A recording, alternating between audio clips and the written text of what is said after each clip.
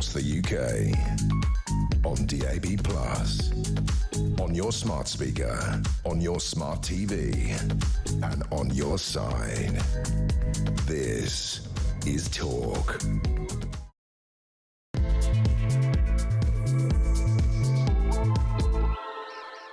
A very, very good Monday morning to you. This is Talk with the Home of Common Sense, and I'm Julia Hartley-Brewer. Very much appreciate you joining me. And whether you're listening on DAB+ radio on your smart speaker, watching on YouTube or your connected device, really appreciate you taking the time.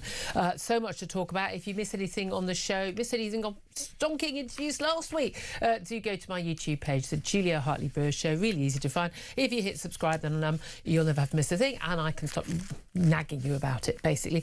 Coming up in this hour, I think we were all expecting we were going to be talking about what is happening with that ultimatum from Donald Trump to the Iranian regime about, reopen that Strait of Hormuz by UK time midnight tonight, or going to obliterate your energy supplies, starting with the biggest one, and of course the threat of retaliation from Iran. All bets off on a massive escalation of the Iranian or the Middle East war. But no, a lot of the focus now is back home, and it's not just on that Cobra meeting the Prime Minister is going to have this afternoon about energy prices and fuel prices and food prices and everything else going up. It's about the very, very, very basic stuff. It is whether or not we are safe in our local communities.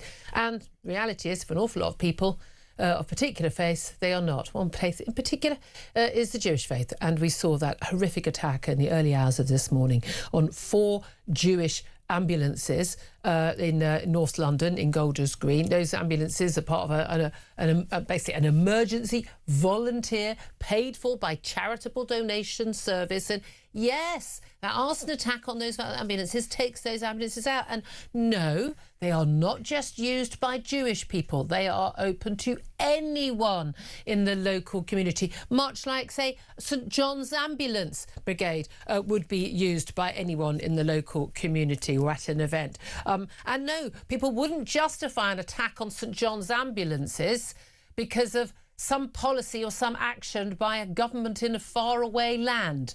You see, because that would be weird. And that's just as weird here. But police say they are investigating. There are obviously footage of 3 suspects arriving at the ambulance site right by a synagogue, which has good CCTV. They have to have good CCTV. They have to have good security because of the spate of attacks, in particular in the wake of that fatal attack, 2 people dying in the Manchester synagogue attack last year. But we've already seen the claims of false flags. I mean, all of that nonsense. It's just painful to see that reaction. The Prime Minister has said, the usual stuff you would expect, talking about how this is a deeply shocking anti-Semitic arson attack. He says, my thoughts with the Jewish community who are waking up this morning to this horrific news. Anti-Semitism has no place in our society. Anyone with information must come forward to the police. He's also said it's really important that we all stand together. Well, Prime Minister, I hate to tell you, I'm not shocked by this anti-Semitic arson attack. And while my thoughts are with the Jewish community waking up to it, I know that anti-Semitism actually does have a place in our society. Why? Well, because the left of the Labour Party, under the man who you worked for in the shadow cabinet, brought it back big time on the left in this country. It had pretty much disappeared, I would say, for most of us in this country over the last 40, 50 years. And you allowed it to come back. You were happy to try and campaign for Jeremy Corbyn to be elected Prime Minister of this country. Thank God you failed. When you became Labour leader, you said you would tackle the issue of anti-Semitism, not just in the Labour Party, but in wider society. So what have you done? Well, you've allowed marches which are blatantly, openly anti-Semitic, not anti-Zionist, openly anti-Semitic on the streets of London for the past few years, every fortnight. You, as a former Director of Public Prosecutions, should know that maybe it's a good idea to prosecute people who make threats against a particular faith, to perhaps discourage that from happening again. And yet, you're apparently shocked by an anti-Semitic arson attack on ambulances, but there has been no prosecution at any point in the few years since, and it's, 4 years now, since men in broad daylight, on camera, drove down the road, by the way, through Golders Green, just a few hundred yards away from where this ambulance attack happened, with their pro-Palestinian flags, shouting about wanting to rape the wives and daughters of Jews. OK, those were my friends. Those are my daughter's friends. I took that personally. And for some reason, you and the Metropolitan Police and the London Mayor, Sadiq Khan, who by the way, is also talking about this being a cowardly attack this morning. You didn't think it was necessary for those men to be prosecuted. It took about a year or so for them to even be arrested. No charges brought. So don't claim you're deeply shocked by an attack on Jewish ambulances, because no one is shocked anymore. What is most worrying is that this has become all too familiar and all too predictable. So what are you going to do about it? Because so far it ain't been good enough, Prime Minister. Any society that allows anti-Semitism to grow and spore is a society that is on its last legs. It is as simple as that. This is the canary in the coal mine about what is really at the heart of the rotten heart of our society right now. I want to hear your thoughts on all of this as well. Give us a call, 0344 499 1000.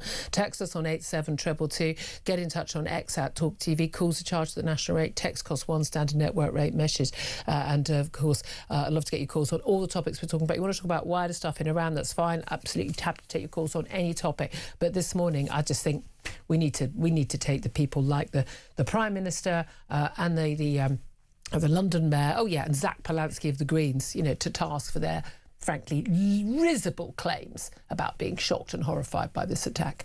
Joining me for conversation today, I'm delighted to say, is Conservative commentator Benedict Spence. Good morning to you. Were you deeply shocked by this arson attack? Not even remotely. It's sort of par for the course now. But, so many things that once upon a time would have been sort of wall-to-wall news stories for weeks just aren't anymore. And this is not to take away from this particular story, but the number of people that are stabbed to death in our capital, the number of children that are stabbed to death these days, random knife attacks by people and of unknown origin, usually given us somewhere in Wales, and it's just sort of taken as that's happened again. That thing that the politicians say is never happening again, it's happened again. Rapes in broad daylight of young women and children and that sort of thing, and it always turns out, again, that thing that doesn't happen, it's happened again. And now here we have a clearly anti-Semitic attack, blatantly anti-Semitic attack, and it's that's happened again. That thing that we're told doesn't happen, that's happened again as well. We should come together. I think that's just the thing. Now, we are so used to these things that in a high-trust society you shouldn't tolerate even once, becoming regular occurrences, that people do just go, well, that is how things are now, and we've come to accept the fact. You gave the example of the men who were driving through Golders Green and were never charged, even though it was all on camera. We all saw what happened. We know they committed a crime. We've all seen it again and again and again, and the fact of the matter is, as you say, no charges brought, and that again is partly what people just come to expect. Maybe there'll be an investigation, maybe there won't. You might get a crime number. But again, what does that tell people? And even when they are convicted, suspended sentence or 6 months or something like that, and you think, right, okay, so that thing that doesn't happen, that thing that we say about people not being prosecuted, that happened again as well. And that's the thing, isn't it? It's the continuous. We're told over and over again, no, this is... You're living, in fact, in the safest time you've ever lived in. Crime is down. Everything's magnificent. And just ignore these things that keep on popping up because it's not really that big a deal. It might not even be happening. And maybe it's, I don't know, Russian bots on the internet or fake news, or maybe it's the far right. And remember, you have to be careful about the far right, because if the far right get in, they might go around with knives, stabbing people and attacking Jewish people. Oh, wait, no, that's currently what's happening. That's the hilarity of this situation. It is farcical. Exactly. It's not even shocking. It's just farce. Well, I mean, it's interesting. Zach Polanski, the Green Party leader, again, I'm thinking he's very much part of the problem. He wrote this morning, horrified by the anti-Semitic attack in our city. Anti-Semitism is vile and has no place here. Solidarity with the Jewish community in Golders Green and with our communities across the country who will be feeling this today. It's very interesting that even the first few responses to him after he posted that with this, this could be a false flag, as in Jews have done this deliberately to make it look like it would have been, anti-Semites. Those sneaky Jews. Those always sneaky Jews. That's what that is. We shouldn't rule out the possibility that this could be a false flag attack. That's from someone calling themselves Humanity First. False flag screams out, let's have an actual independent investigation. But I mean, again, quite a lot of people also pointing out that Zach Polanski's deputy, Mohsen Ali, who basically celebrated the October 7th attacks and called it a fight back. Yeah, I mean the Green Party called it a fight back. The Green Party is, the Green Party is very dangerous because it's a chameleon of a party. Nobody actually knows exactly what it stands for, because it stands for so many different things to different people, and it hides behind the veneer of respectability, which is that for a very long time now, middle-class white people have gone, oh, I like the environment, so as a protest vote, I'll vote Green, because I can't vote for those nasty Tories, and that beastly Blair or whoever it is that's in charge now, well, I won't vote for them either. So people vote Green, and they've been able to get a sort of a groundswell of support, and they've used that veneer of respectability to hide really awful sectarian politics that they push elsewhere in the country, and that's how you get that kind of situation. It's extraordinary, isn't it? Look, well, we're going to go live to Gideon Falter of the Campaign Against Anti-Semitism live in Golders Green in just a couple of moments. We'll skip lots of the top guests, but before we do, I also just want to talk, because this will be related. Everything is all stirred up, awful Israel after October 7th. Bearing in mind those marches that became this, I think people genuinely were concerned about babies in Gaza for some of them for a while, but basically a march that was organised on the day while women were still being gang raped and brutalised and murdered, and hostages were still being taken. The first pro-Palestinian march was organised while that was still... I mean, the bodies weren't even buried. Come on, give me a break. We know what that march is all about. And again, Israel, I am fully behind Israel, not because I'm being paid my 7,000 shekels. And again, I've said again and again, could I please be paid by money in pounds? It's the exchange rate, 7,000 shekels. It's not worth the same amount of money. About $2.5 grand. We're both really down. HMRC's knocking on my door going, well, where are they? Come on. I'm literally waiting for my checks. And from Big Oil and Big Pharma, you are late with your checks, guys. I mean, again, this is the nonsense that you get. I'm sad with Israel because it's the only democracy in the Middle East. And I think Israel, again, and in the US, they've got very different war aims at the current time, and in terms of the need to stand up to Iran. And what we saw over the weekend with that, thankfully, we think, failed missile attack on the Diego Garcia base in the middle of the Indian Ocean, many thousands of miles away, that was the proof, and Israel has been saying this for a while, that Iran is developing not just nuclear weapons. Some idiot on Radio 4 the other day saying, "Oh no, but they got they don't have nuclear weapons," and it's like they're not developing them. If you've got a huge amount of uranium enriched to 60%, it needs to be 3% to have a nuclear power station. 60% means you're trying to make a nuclear weapon. And frankly, whether it's 2 years away or 2 weeks ago, I'm sorry, I don't want them to have a nuclear weapon. But the fact they've also got ballistic missiles that are basically long range, basically twice the range of what we thought they had, which means they can hit London, they can hit Berlin, they can hit Paris. They are a danger to us. Oh, but they're not threatening us. Really? Really, we're the little Satan, along with Israel. We share that title. Great Satan is America. We're the little Satan.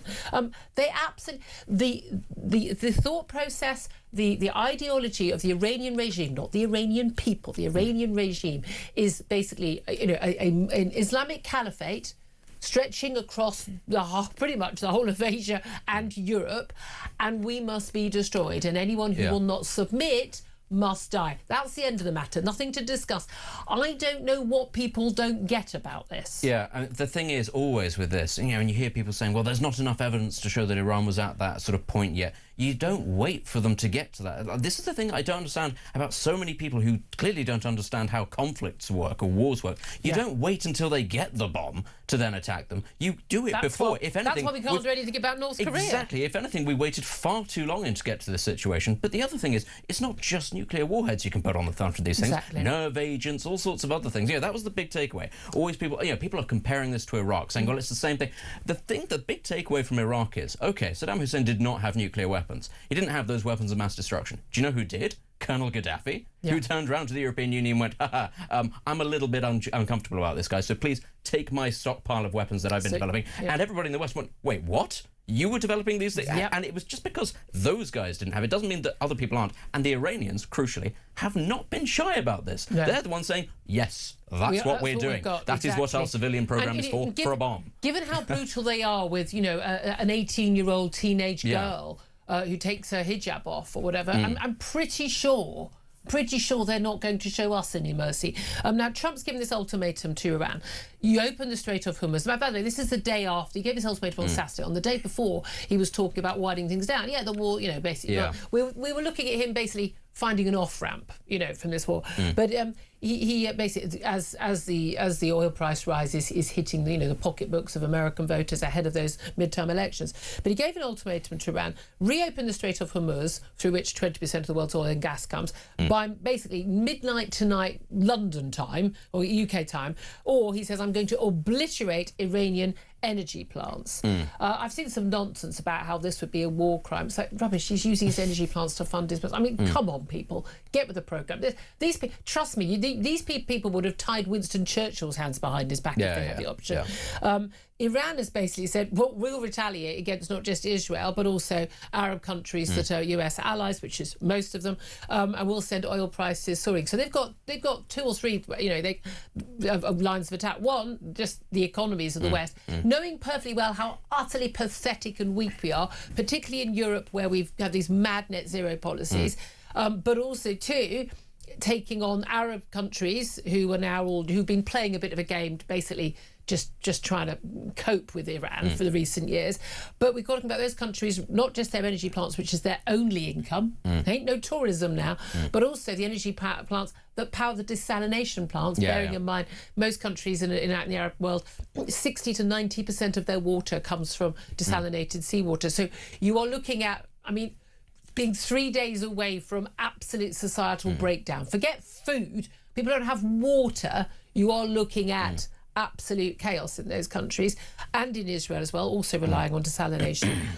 We are looking at a very, very worrying time. We are, but I don't think the Americans would actually make that threat if they hadn't, in their opinion, neutralised a lot of Iran's ability to launch missiles and drones. And the one takeaway from this conflict so far, lots of people have been saying very justifiably, there's no plan for regime change or... Well, there shouldn't be. I think that's a perfectly legitimate position. But in terms of their military objectives of being able to massively reduce the number of drones and missiles Iran can fire off, it has actually been very successful, because the problem is Iran has a limited stockpile, and a limited number of... So does the West. But Iran has smaller reserves, and they also have a limited number of areas from where they can fire. Once you fire one, everyone knows where you're firing from, at which point the United States and Israel go, thanks very much, we're going to blow that up. And this is the issue that Iran has. It can fire off as many of these things as it wants whilst its stocks are there, but the second it does that, everybody else can then go, oh, that's where that's coming from. So, it is obviously a huge risk in sort of poking that bear, but I think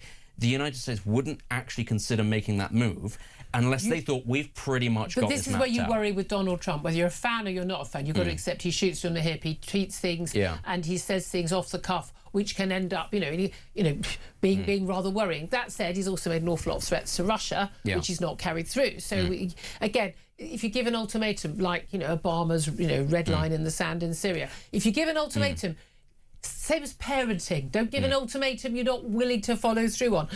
Again, you can't negotiate with lunatics, with a death wish. That is the problem. What do you make of this missile? 2 missiles apparently on the Chagos military base. And again, we're not involved in any offensive war. Oh look, Cyprus, RAF base there attacked, and Chagos military base attacked.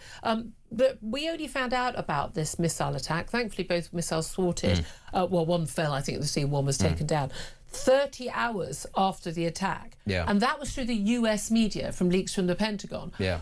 We were not told about it by the British MOD or by Number 10. Do you think that we would actually have ever learned about it if it wasn't for that leak to the US media? Well, if they continue to fire at us and keep missing, then maybe not. But eventually something might actually hit. And then, yes, eventually people would have found out about this, because, British soldiers do leak just like American ones do as well. Eventually somebody would have found this out. Should we not be told about it in the first place? Possibly.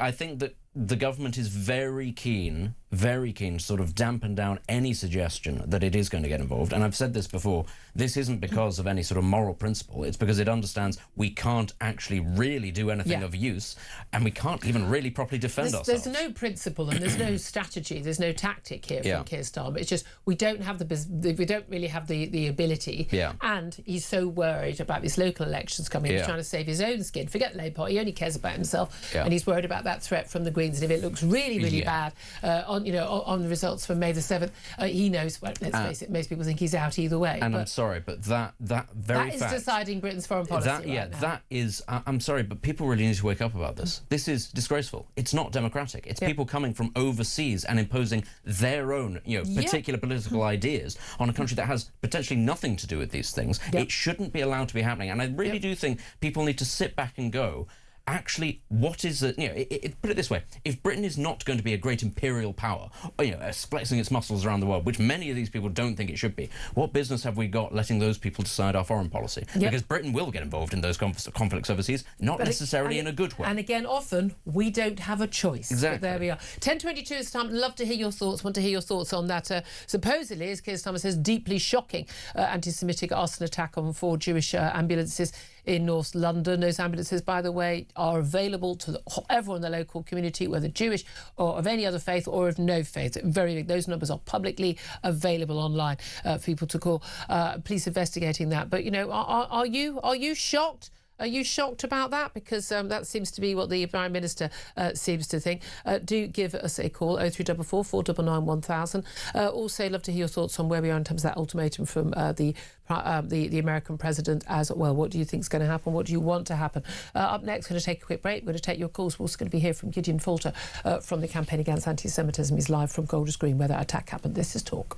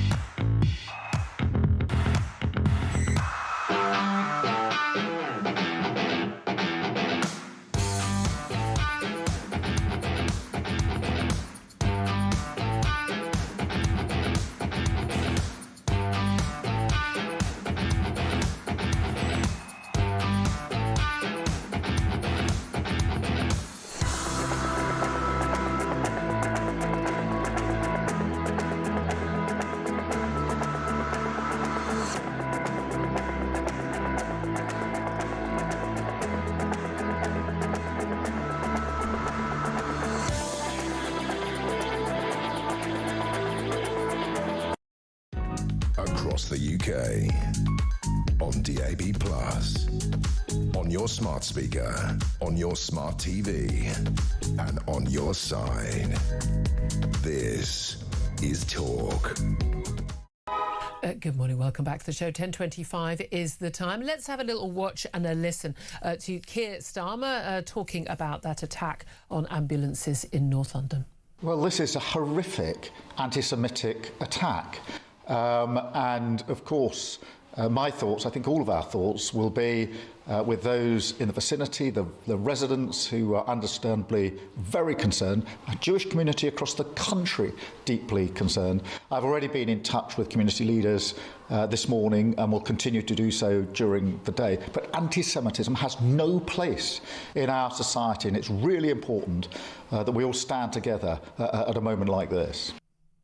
Well, let's get the reaction to that statement from Keir Starmer and to this horrific events overnight where 4 ambulances belonging to a Jewish emergency service run as a charity and funded by local people in North London has been set on fire in what has been dubbed an anti-Semitic attack outside a London synagogue. Gideon Falter is live there on the scene. He's Chief Executive of the Campaign Against Anti-Semitism. Good morning to you, Gideon. Good morning, Julia. Hi. Hi. Well, it's not that good a morning. Look, you know, I know that part of the world very, very well. Now, just make it really clear to people, because my God, the amount of nonsense being spouted online right now. It's a false flag alert. Most people though are going, oh, well, why do the Jews get their own ambulances? What about if me as a non-Jew, if I called? Can you clear up what this service is, how it's funded, and who it serves? This is a service run by the Jewish community, funded by donations from within the Jewish community. It's run and staffed by volunteers, and it serves absolutely everybody in the North London area. It runs in conjunction with London Ambulance Service, with the NHS, to make sure that when someone needs help in this area, they get service much faster, life-saving help that they need within minutes, including from the London Ambulance Service and from Hatzalah, which is the charities whose ambulances have just been burned to the ground.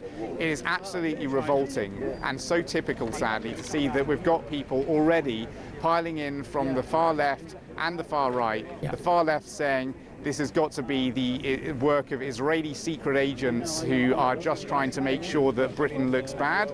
And then we've got the far right saying how disgusting that the Jews have an ambulance service. Yeah. This is something that the Jewish community has been doing to try and strengthen the ambulance response for the whole area, for people of all faiths and none. Indeed, again, a service run by Jews, but not a service for Jews, rather crucially. Let's talk about what actually happened. Absolutely. Look, this is an attack on vehicles, not an attack on people, so thank God we're not seeing any loss of life, as we saw the Manchester synagogue attack in Heaton Park last year, where 2 people lost their lives. But these are 4 ambulances that are stationed in a residential street next to a synagogue.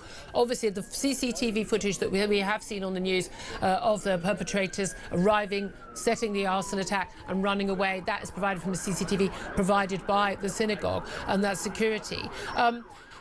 Now, you know, even the Prime Minister is saying it's an anti-Semitic attack. I suppose on a technicality, they'd say a suspected anti-Semitic attack. But there are already some claims on Telegram and elsewhere of an Iran-linked group apparently claiming this. Do we know anything about the perpetrators yet? We don't really know anything conclusively, no. What we currently know is that there was an attack by 3 people. We've seen that on CCTV.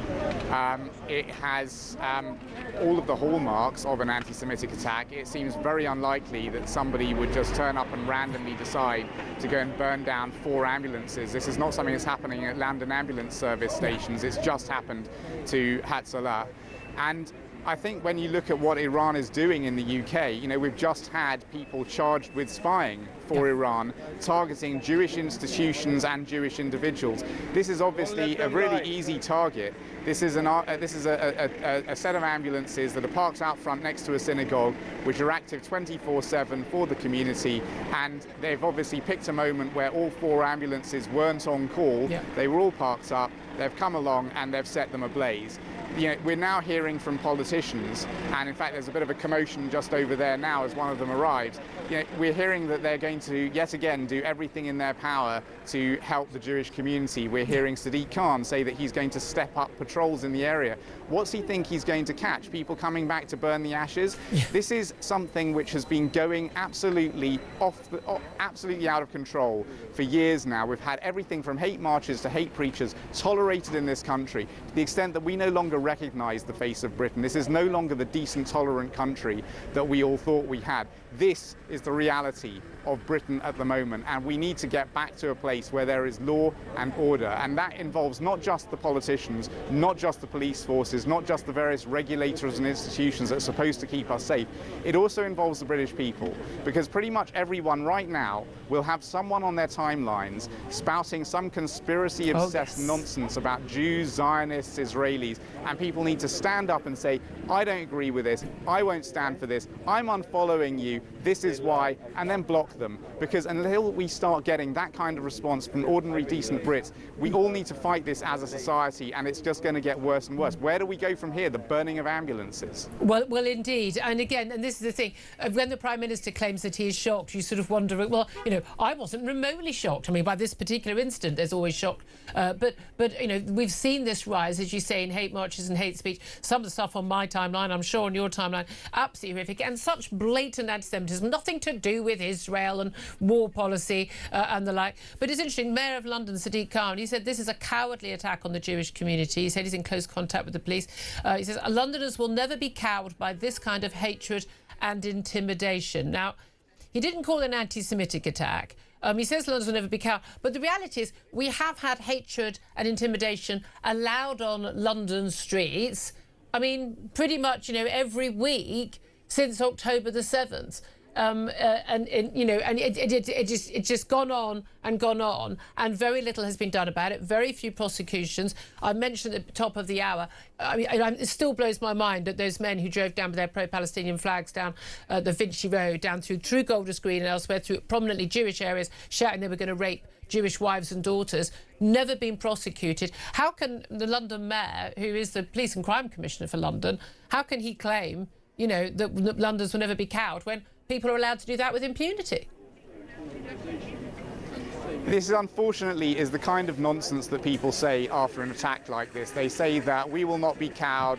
There is no place in society for this. There is clearly a place in society for this because it keeps happening. Yeah. And clearly this is going to keep happening time and time again. I don't want to try and guess what the next disgusting depth we're going to sink to is, but the burning of ambulances needs to be a pretty urgent wake-up call for our politicians. Sadiq Khan has consistently, I think, disappointed Londoners. We do surveys of the British Jewish community.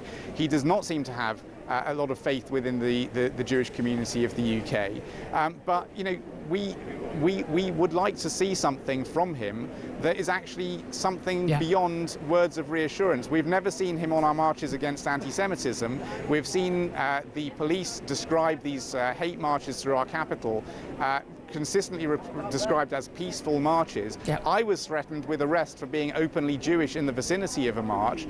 This is the kind of reality that Jewish Londoners have to face. And if you could see around me right now, you probably can see the Jewish community is out here today. People are saying, what has it come to? This is an ambulance service that was organized from the heart of the Jewish community to try and look after everybody. The synagogue right next door has had to turn away people coming for prayer today because the synagogue has had to close its doors as well. Yep. This fire is not just about these ambulances, it's not just about these perpetrators, it's about our society and what is going to be done now. And a huge number, I know so many Jewish people getting in touch with me about how scared they are, people talking about, even in the time of war, feeling that they would be safer moving to Israel, which is a terrible, terrible indictment of our society. But the point is, it shouldn't just be Jewish people who are afraid. We should all be afraid of that. As I said earlier, this is a growth of anti-Semitism, what's going on. This is the canary in the coal mine for a society that is rotten, and everyone needs to speak out. And I just think the time has long gone for anyone to be silent.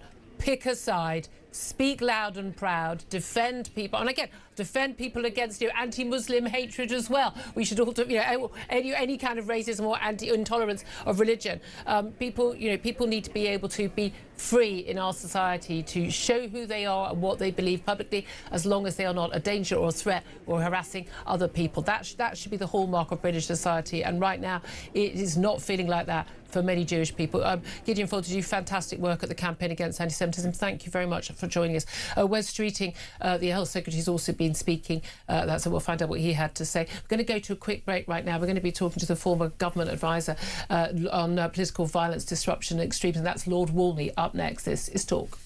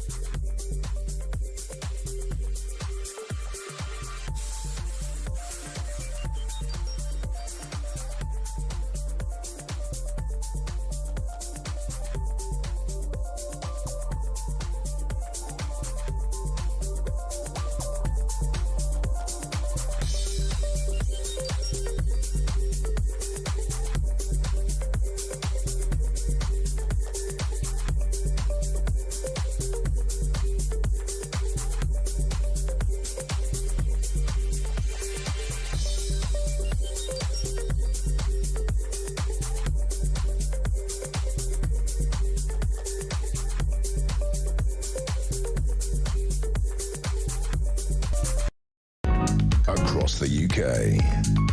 On DAB+, on your smart speaker, on your smart TV, and on your side. This is Talk. Good morning, welcome back to the show. 10:37 is the time. Let's go to my next guest now, Lord Walney. He's a former government advisor on political violence, disruption and extremism. And in a previous life was John Woodcock, a former Labour MP. Very good morning to you, Lord Walney. Good morning, Julia. Thank you for joining us. Now, we'd actually, interestingly, we already, wanted to speak to you about what is going on, with Iran and implications and things there, and then this horrific anti-Semitic attack in North London. Thankfully, no human beings, no people actually hurt, as we saw the horrific attack on the Manchester synagogue last year. But big concerns the Jewish community in North London, which of course is the largest Jewish community in the country. What's your response? It's hideous, and it's a sign of exactly what happens if you allow this intimidation to be tolerated. The Jewish people have felt under siege effectively since the 7th of October.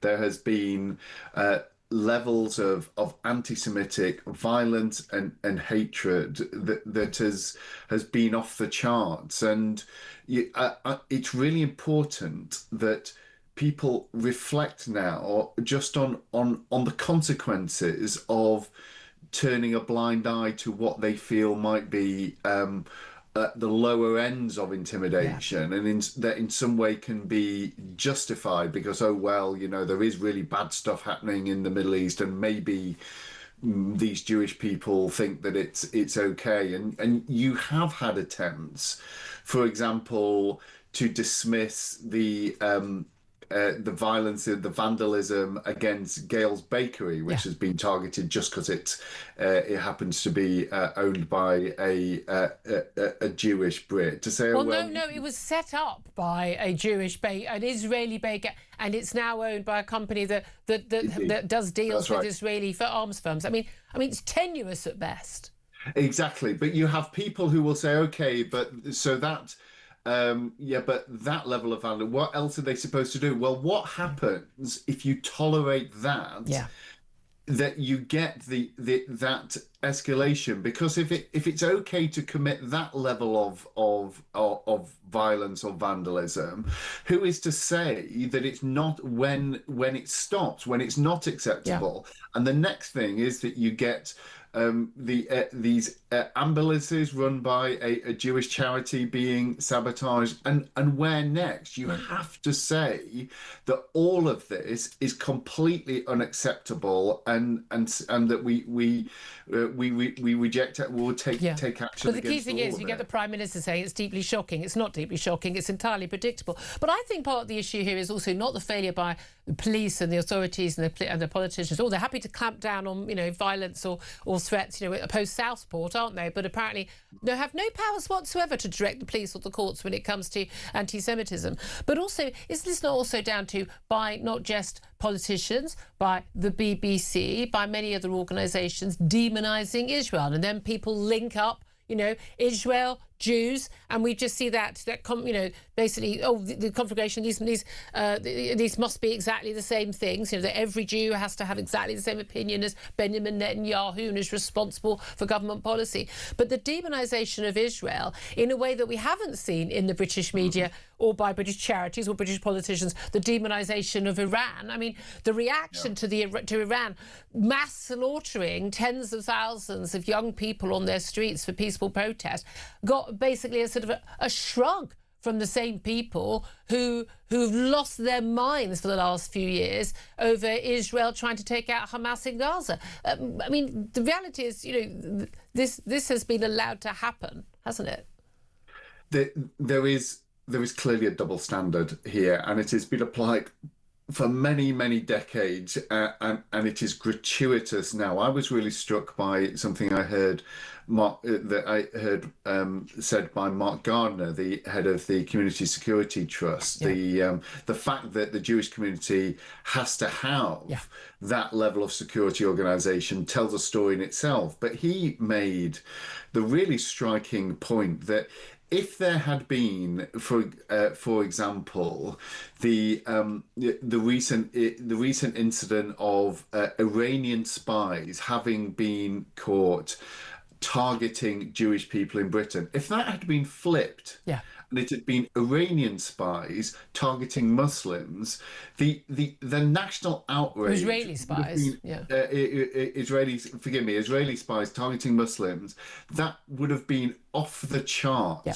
People would have lost their mind. But because it's Iran and because it's targeting Jewish people, it's kind of felt, well, it's not.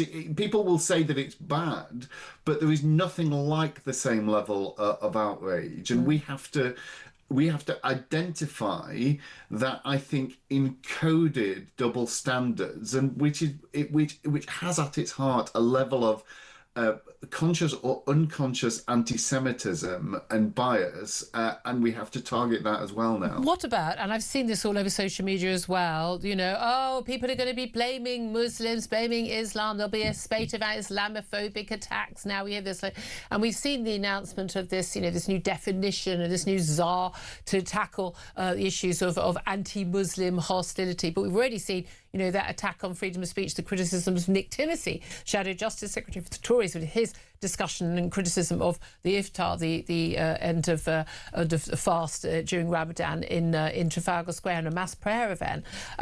Do you think that when people, is that whataboutery when people talk about that, or I'm being told constantly, but there are far more attacks on Muslims in this country. Islamophobia is, as they call it, a bigger issue than anti-Semitism. But I think I'm pretty accurate in saying that, given the relative populations in the hundreds of thousands for Jews and in the millions for Muslims, actually per head of the population, anti-Semitic attacks are far, far, far higher and growing at a faster rate.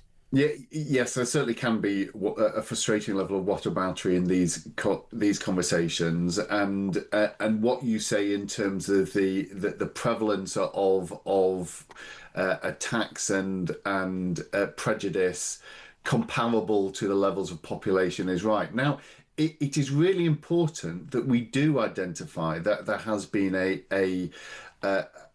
also a spike in an anti-Muslim hatred in this country and rising levels of intolerance. But where we go with that and what we do is really important. And actually, I think the debate around this new definition, it was going to be Islamophobia, it's now called anti-Muslim hostility. But you've seen over this last week comments that have been attempted to be shut down. Nick Timothy, many people, including the Prime Minister down, are saying that Nick Timothy should be sacked for saying what he said about the Muslim prayers, which actually, on balance, I don't agree with.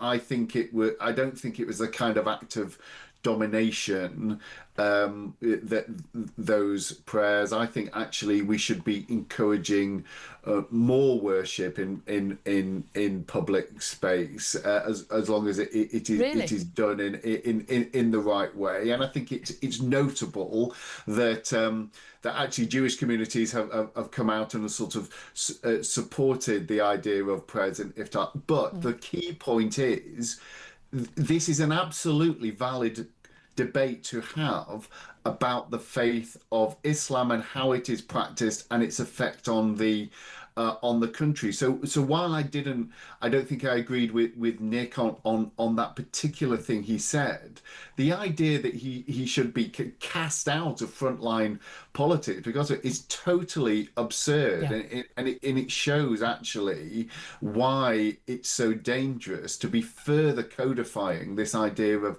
anti-Muslim hostility when we already have an environment where people feel that any kind of criticism of Islam or its practices is off limits. Indeed. Really good to talk. She covered a lot of ground there. Lord Walney, former government advisor on political violence, disruption and extremism.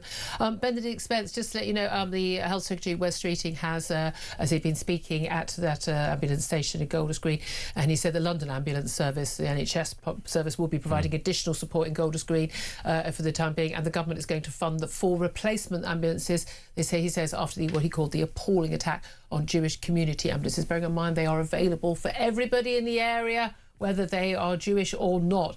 Benedict, your response? I think that's the least that they can do to fund I was going to say I was going to contribute and send money to the charity. Well, of course, I think many people would do that, but equally, why should they have to? I think because it's a disgraceful. Maybe we should just have a decent ambulance service. Yeah, that would be a wonderful thing. But I just want to sort of pick up on something that Lord Walney said there, which was that he thought that there needs to be more public displays of religion. There are literally hundreds of disused religious buildings in this country. If there's so many people spilling out who need desperately to pray, there are literally hundreds of churches that are disused in this city, thousands across the country. Well, they're going to work. I think there are 60 mosques in London as well. Go there. There are so many opportunities to go and pray. Half of them are empty the whole time because nobody goes. I'm sorry, I don't buy that. This is a shared secular space. The Battle of Trafalgar had nothing to do with religion. It's a square for that, and it leads up to a national gallery and another museum. Actually, there are so many other places that you can I'm with you on that. Yeah, I'm with Nick Timothy on that, I have to say. 10:47 is the time. We're going to take a quick break. Love to hear your thoughts on everything we're discussing. 0344 499 1000. Up next, former Labour Party, no longer Labour Party spokesman, James Matthewson is going to be in to get his thoughts on how much is our foreign policy basically being directed by Keir Starmer's fear of the Muslim vote going to the Green Party. That's up next. This is Talk.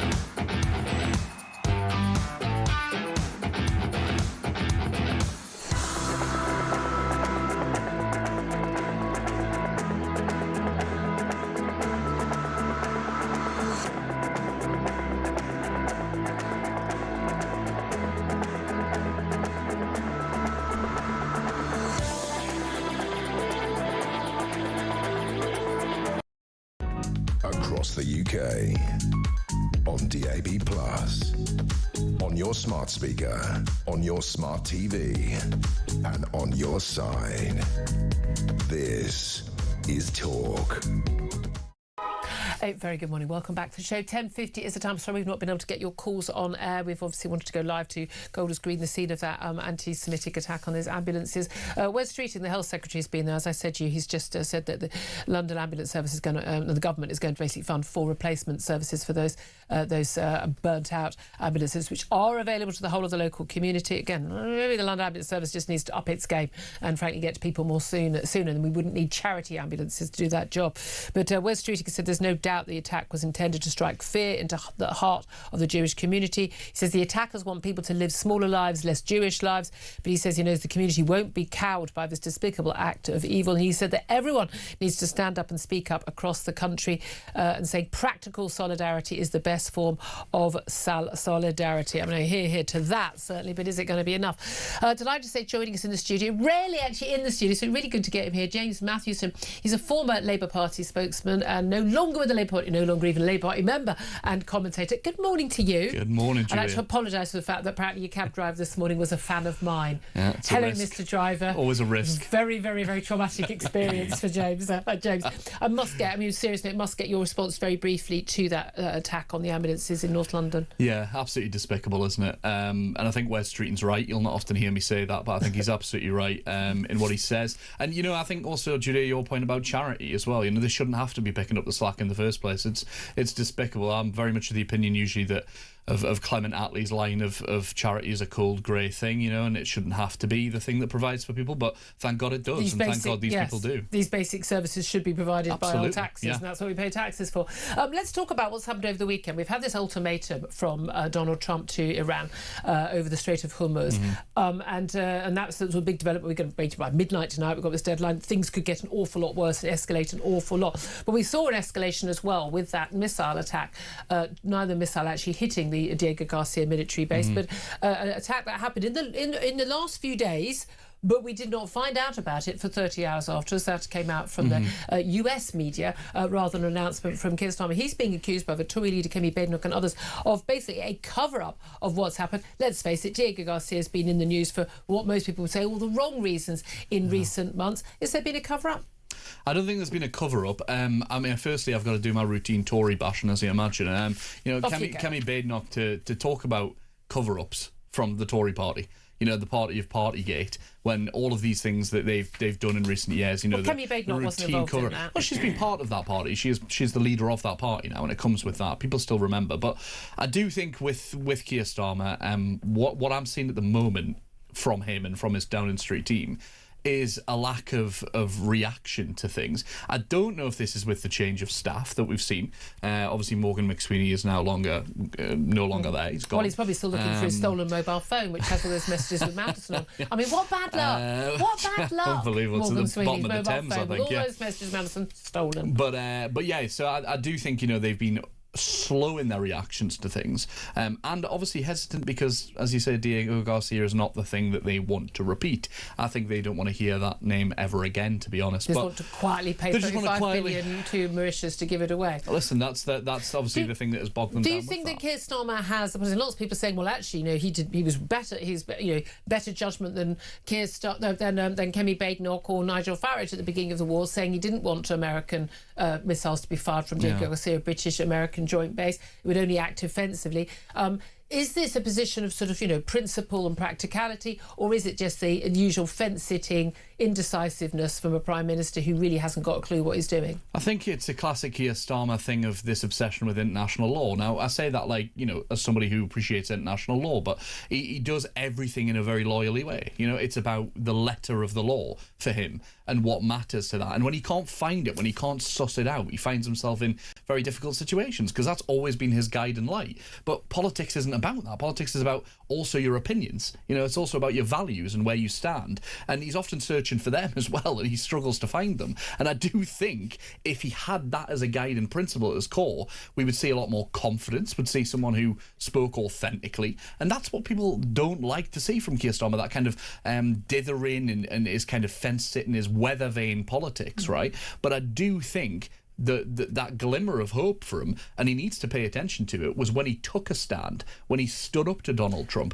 and he looked like he had a spine for once. People seemed to like it. Yeah, there was, you know, this was the idea. It was a Love Actually moment. It wasn't. I mean, it was. He found himself in that situation by accident. He didn't set out to take on the president of the United States. I mean, do you think he has any sort of principles or strategic thinking on any of this, or, as many suspect, is actually a lot of his policy making based on trying not to upset Trump too much, but also trying not to upset upset voters ahead of the local elections, the Scottish and Welsh elections as well coming up, to voters who are turning to the Green Party en masse, in particular the 4 million Muslim community population in this country, who many of whom we saw the Gorton and Denton by-election just went en masse to the Green Party over Gaza. We've also seen the move, there was 5 basic MPs for Gaza elected at the last general election on that issue, and that actually a population that many of whom have arrived in this country only in the last 10, 20 years is helping to decide Britain's foreign policy right now because our Prime Minister's running scared of losing their votes.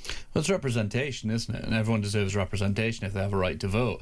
And that's just democracy. It's just a point of democracy. But I wish Keir Starmer would chase votes more. I don't think he chases them at all. I think his problem is that he does everything as he thinks he should in some government department or as a bureaucrat, and he follows those rules. But Morgan McSweeney was the one who kept his focus on the electorate. He was obsessed with the electorate. Morgan McSweeney was an organiser. That was his background. He was also Starmer chief of staff deciding a lot of policy. Yeah, and virtually every single thing that they did, they had to U-turn on and all. Exactly, which is why McSweeney was a problem, because that job of being running for government and being in government, completely different set of skills. You say, look, this is just democracy, and the Prime Minister's representing a community. Again, yeah. I'd love to know whether the white middle class boomer. White and women communities. Have we got am I just a woman? Is that who I imagine? But the reality is, we are talking about a relatively recently arrived population. Many of the people who have those votes will be people who... I don't know if that's necessarily true. I think, you've got people going back 50 years. The Muslim population in this country has... Of course, they've been here for a bit longer, but the largest number of Muslim population people in this country who are able to vote are people who have actually come in the very last recent years, in the last couple of decades. Is it appropriate that Britain's foreign policy should be changed based on the views of recent arrivals whose views may be sort of tainted by sectarian views coming from their home country? Is that appropriate? Are you asking me if I think it's appropriate that people who have the right to vote? I'm very much of the view that I don't think we should be handing out British citizenship and the right to vote to people who are relatively recent arrivals. Well, I don't think that is the majority of these people. I disagree with that. These communities, a lot of them in Northern England, especially in North West England, will be born here in Britain, are British born. Yes, and therefore have the same rights as the rest of us. Absolutely, and I completely accept that. However, we are talking about a population that has arrived. Their parents, all these people are second generation, all these people are also first generation. But it is interesting, isn't it? I do think we talk about, the Muslim communities and the way that they're steering foreign policy and all these things, right? Which makes them sound not progressive. There is no way in God's green earth that anyone who is not progressive in their values would vote for the Green Party. Why would anybody who wants to oppress women vote for Hannah Spencer? You think the large Muslim population, Gordon and Denton, were voting for the Green Party because of their policy on trans? No, I didn't say socially liberal things. But what I'm talking about is polling is very clear. Would a community of people who want to oppress women vote for Hannah Spencer? No, they wouldn't. It's ridiculous. It's a complete ridiculous. You can say that, but they did, and women are oppressed. And she's now their representative in Parliament. World. Yeah. I'm sorry, I don't think that argument quite flies. I think people were voting on the issue of Gaza rather than. I think there are multiple things. I mean, Gaza is obviously something that solidifies people. I see it up in Edinburgh, I see it in Glasgow. I see young people who have never been politically active, politicised by that and what they've seen on our TV screens. Yeah, unfortunately, on the BBC. There's more to it than that. Okay, right. Well, we'll discuss this again. I'm very, very sure. I promise Benedict Spence will get a chance to come in after the top of the hour. Big thanks. Lovely to have James Mathewson here in the studio. Love to hear your reaction to that. 0344 499 1000 is the number to call. This is Talk.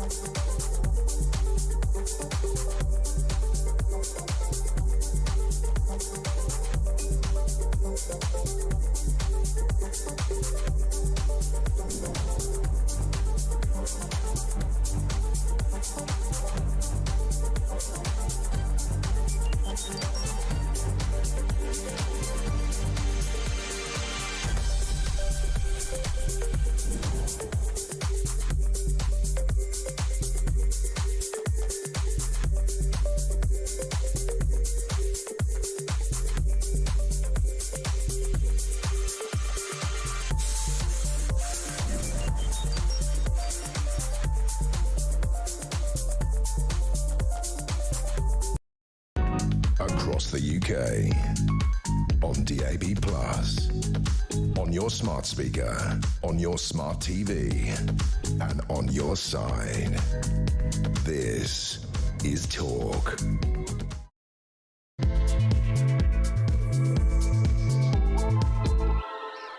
Good morning, welcome back to the show. It's coming up to 3 minutes past 11. This is Talk. We are the home of common sense and free speech, and I'm Julia Hartley-Brewer. Whether you're listening on DAB Plus radio, on your smart speaker, watching on YouTube or your connected device, great to have your company. Thank you so much for joining me. I'm with you live until 1 o'clock. Don't forget, if you miss anything, if you just missed anything in the first hour of the show, frankly, letter from your mum, frankly, why are you late? Go to my YouTube page, the Julia Hartley-Brewer Show. Hit subscribe, you never have to miss a thing. Coming up in this hour, more on that anti-Semitic attack on Jewish ambulance services outside a London synagogue overnight. Shabana Mahmood, the Home Secretary, vowing to deport thousands of migrants before they get a chance to appeal. Yeah, good luck with that, love. Never going to happen. And the petrol stations hitting out at Labour's cost of living czar for claiming drivers are being ripped off. No, they're not, they say. We'll talk about all of that and, of course, more on what's going on in the Middle East. Small matter, you know, of things going completely escalated in the Middle East. Joining me for the conversation throughout the show, I'd like to say, is Conservative commentator Benedict Spence. Morning. Good morning. Who's very frustrated having to sit there while we interview James Matthewson, not getting a chance to have his tuppence worth. But I do want to hear his thoughts and your thoughts, in particular on Keir Starmer calling the arson attack on 4 Jewish ambulances in London deeply shocking. He's called for people to stand together. We've seen Wes Streeting there. We've seen all the political heavyweights piling in. But what is your reaction to that? Because I didn't think it was shocking. That's my worry. I think it was entirely predictable in a timeline of events. I'm just relieved that no one died, as they did in the Heaton Park Manchester synagogue attack last year. But what's your reaction? Give us a call on 0344 499 1000. Text the word TALK and your message to 87222. Get in touch with us on X at talkTV. Calls are charged at the national rate. Text cost 1. Standard network rate message. Benedict Spence, just first for your response to that attack. The reactions we've had, you know, Wes Streeting, the Health Secretary's been there. He says he's going to make sure that the government is going to fund 4 new ambulances. I think everyone was basically getting ready to give donations for them to buy more. And they said it was a despicable act of evil and intended to strike fear into the heart of the Jewish community. But he said, but the Jewish community won't be cowed by this.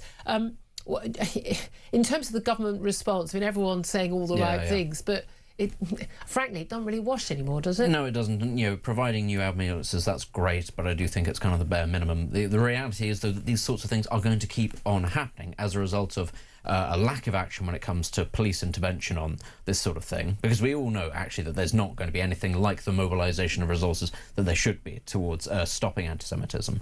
And ultimately, also, this is because there has just been a complete sea change in attitudes towards anti-Semitism, excuse me, in this country, largely driven as a result of migration and the war in Gaza. We've imported millions of people into this country who do not have anything like the attitude towards Jewish people that we would expect of fully integrated British citizens. And there is no sign that that is actually going to abate. And the polling is very, very clear on Very clear. And this actually is where I want to then turn into the conversation that you were having with James Matthewson, which is on the subject of people's democratic rights. He was sitting there here saying that the people are here, they have the right to vote, and that has to be respected regardless. But can I just clarify the context of that for people who just tuned in, which is that one of the criticisms of Keir Starmer and his foreign policy is that partly it's just indecisive and hopeless, doesn't really know what he's doing. It's all about international law, but also that he's basically terrified of doing what he knows he should do because he's scared of losing the Muslim vote. Got 4 million plus people, obviously not all of those are over age able to vote, but 4 million plus people who in this country, much bigger contingent than what the 250,000 or so, is it, Jewish people in this country. So and he's worried about losing that vote to the Greens, as he saw in the Gordon and Denton by-election, in the local elections that are coming up in May the 7th and in future elections. And basically, we're talking about community voting on issues like Gaza, rather than issues that, you know, that perhaps most British people would be worried about. We shouldn't even say voting on Gaza. It's voting on Jews. That's what it is. They're voting. It's voting on Jews. But here's the key thing: these attitudes are going to be protected because people will say, "Well, that's democracy," but we don't live in a democracy. And I'm sorry. What do you mean we don't live in a democracy? We don't. And here's the big one, because this is what gives these people the right to vote on all of these things. Consistently, the British population has voted for parties that have promised less immigration over and over over and over, and they are not listened to. They're not given it. So please spare me they have the right to have these things and for things to be enacted because it's their democratic right. Politicians in this country do not believe in democracy or the rights of people to actually have enacted the things that they want. If they did, those people wouldn't be in this country in the first place. That's the great irony of all of this. So every time people talk about, oh, you couldn't possibly want to take away the democratic rights of people, this government and previous governments have done everything they can to That's a erode very, democratic very good rights. point. And given the fact that actually the large number of British-born people are born they're second generation to people who came in under mass immigration policies, we saw it from Europe, we saw it from the Indian subcontinent and elsewhere, which again not approved of by the British people. In fact, they actively said no, we don't want that, and not because they're bigots, but just simply because thank you, we're full. I think is rather the view. But it's interesting. Wes Streeting talking about this despicable act of evil. Wes Streeting going along and wringing his hands. And he's a Labour MP I've had a lot of time for over the years.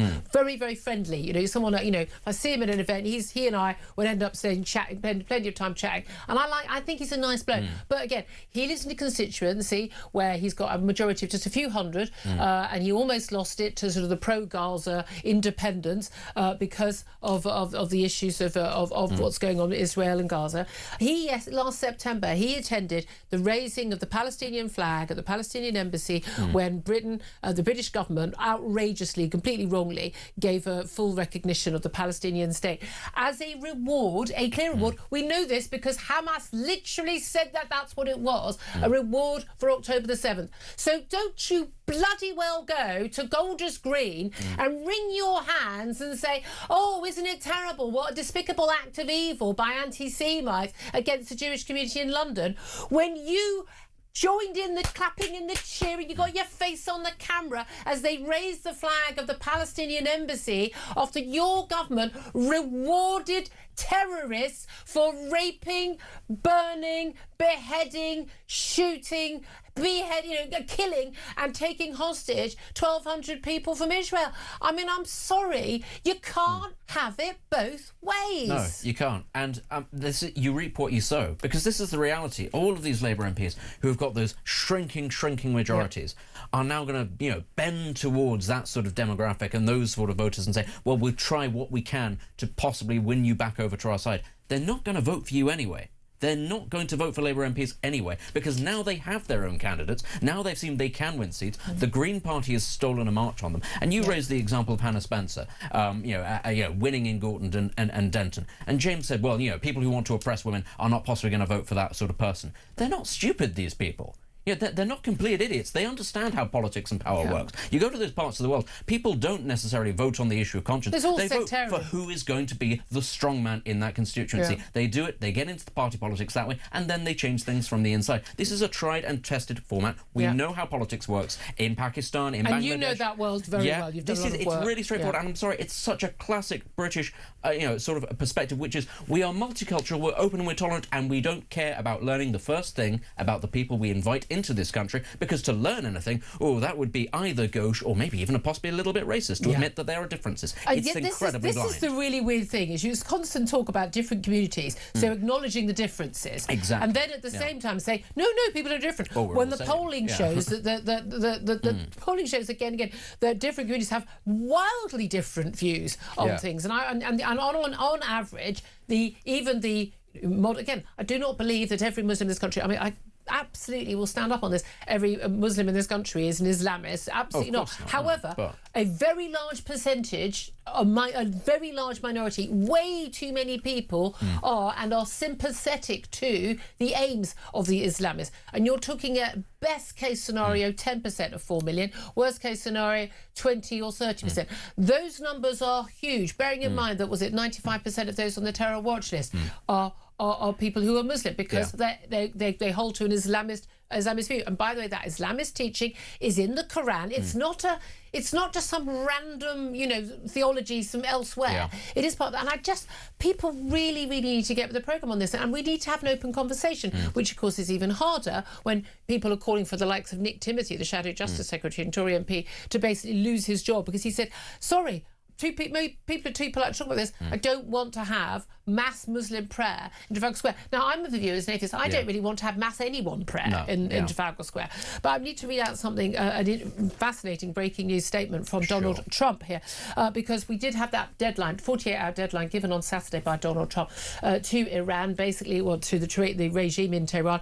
Basically, you've got to reopen the Strait of Hormuz by UK time midnight tonight, or they're going to, in his words, obliterate their energy plants. He says, and of course that would have a massive impact. Iran threatened back that they would also attack energy plants in Israel and across the Middle East. Donald Trump has just posted on his Truth Social site the following: I am pleased to report that the United States of America and the country of Iran have had, over the last 2 days, very good and productive conversations regarding a complete and total resolution of our hostilities in the Middle East. Based on the tenor and tone of these in-depth, detailed and constructive conversations, Donald Trump has continued, which, by the way, some terrible spelling in this, very difficult to read, which will continue throughout the week. I have instructed the Department of War to postpone any and all military strikes against Iranian power plants and energy infrastructure for a 5-day period, subject to the success of the ongoing meetings and discussions. Thank you for your attention to this matter, President Donald J. Trump. Now, you always know it's a policy issue when he says, thank you for your attention to this matter. Very interesting development, because, of course, there had been negotiations about nuclear facilities before these attacks started by Israel and US, or we're in the 4th week now of these attacks. Lots of people fearing that we are looking at, this war escalating, I mean, quite literally blowing up into something much bigger, certainly involving, across the Middle East, as we've already seen those attacks by Iran on many of the other Arab states in the Middle East. But also that attempted attack on the Diego Garcia base in the middle of the Indian Ocean, showing that Iran does have ballistic missiles that could get as far as Western Europe, including London. The International Energy Agency warning that we're facing an oil crisis that's worse than the combination of what happened in the 1970s, those of us who remember that, and what happened in 2022 with the Ukraine war. Basically, that combined. That's encouraging. I mean, surely, if that is the case... That is very encouraging if they're actually having a conversation. It is, but of course this is a large part of the issue, which is that, if Iran does start striking other countries, actually oil infrastructure and the strait is closed, well, that also means Iranian oil can't get out, and then the regime itself... But they're allowing Iranian and Chinese oil. Exactly. Chinese oil, and that's the problem. Chinese-bought oil. But that's the problem, is that actually if that were to halt, if the Iranians started striking oil fields in Saudi Arabia, that sort of thing, then actually the United States would start sinking those ships. And actually... The thing is, everybody's sort of looking at going, well, they'd never sink, say, sort of Chinese-flagged vessels. Yeah, they would. The amazing thing about all of this is China's attitude towards the US military. So many other people are looking at this from the outside. The Russians, for instance, are going, the United States, it ain't all it's cracked up to be. And the Iranians are going, come and have a go if you think you're hard enough. The Chinese are the ultra-cautious ones here. There's a reason they haven't struck Taiwan yet.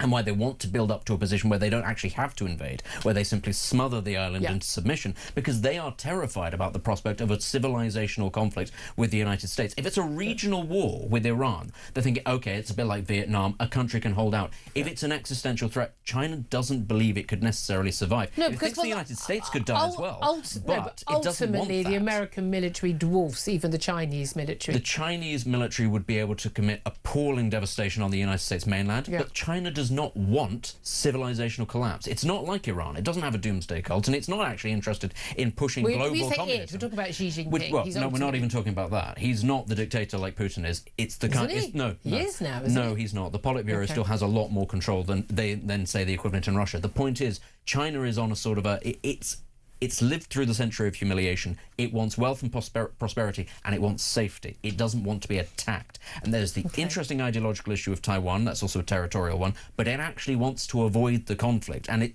that's why ultimately, even now, they're not pouring all the weapons into Iran that they could be doing. They didn't even pour all the stuff that they could have done into Russia in that war. They do like to sort of sit back, take their time, and think, what is the long-term strategy here? But again, this is the thing. A lot of people were saying at the beginning of these strikes on Iran about how much this actually was about sort of depleting China's ability to fight by maintaining control of the Strait of Hormuz. And then there's all this concern that when the Iranians were able to close it, like, well, hold on a minute, didn't you lot all think of that? This is the worry. Again, I do not have Trump derangement syndrome. I'm very practical. Again, he was the best candidate versus Kamala Harris. I mean, thank God what he's done in Israel, getting those hostages back. I mean, sorry, but, he'd have been handed 5, Nobel Peace Prizes if he'd been any other president but Donald Trump.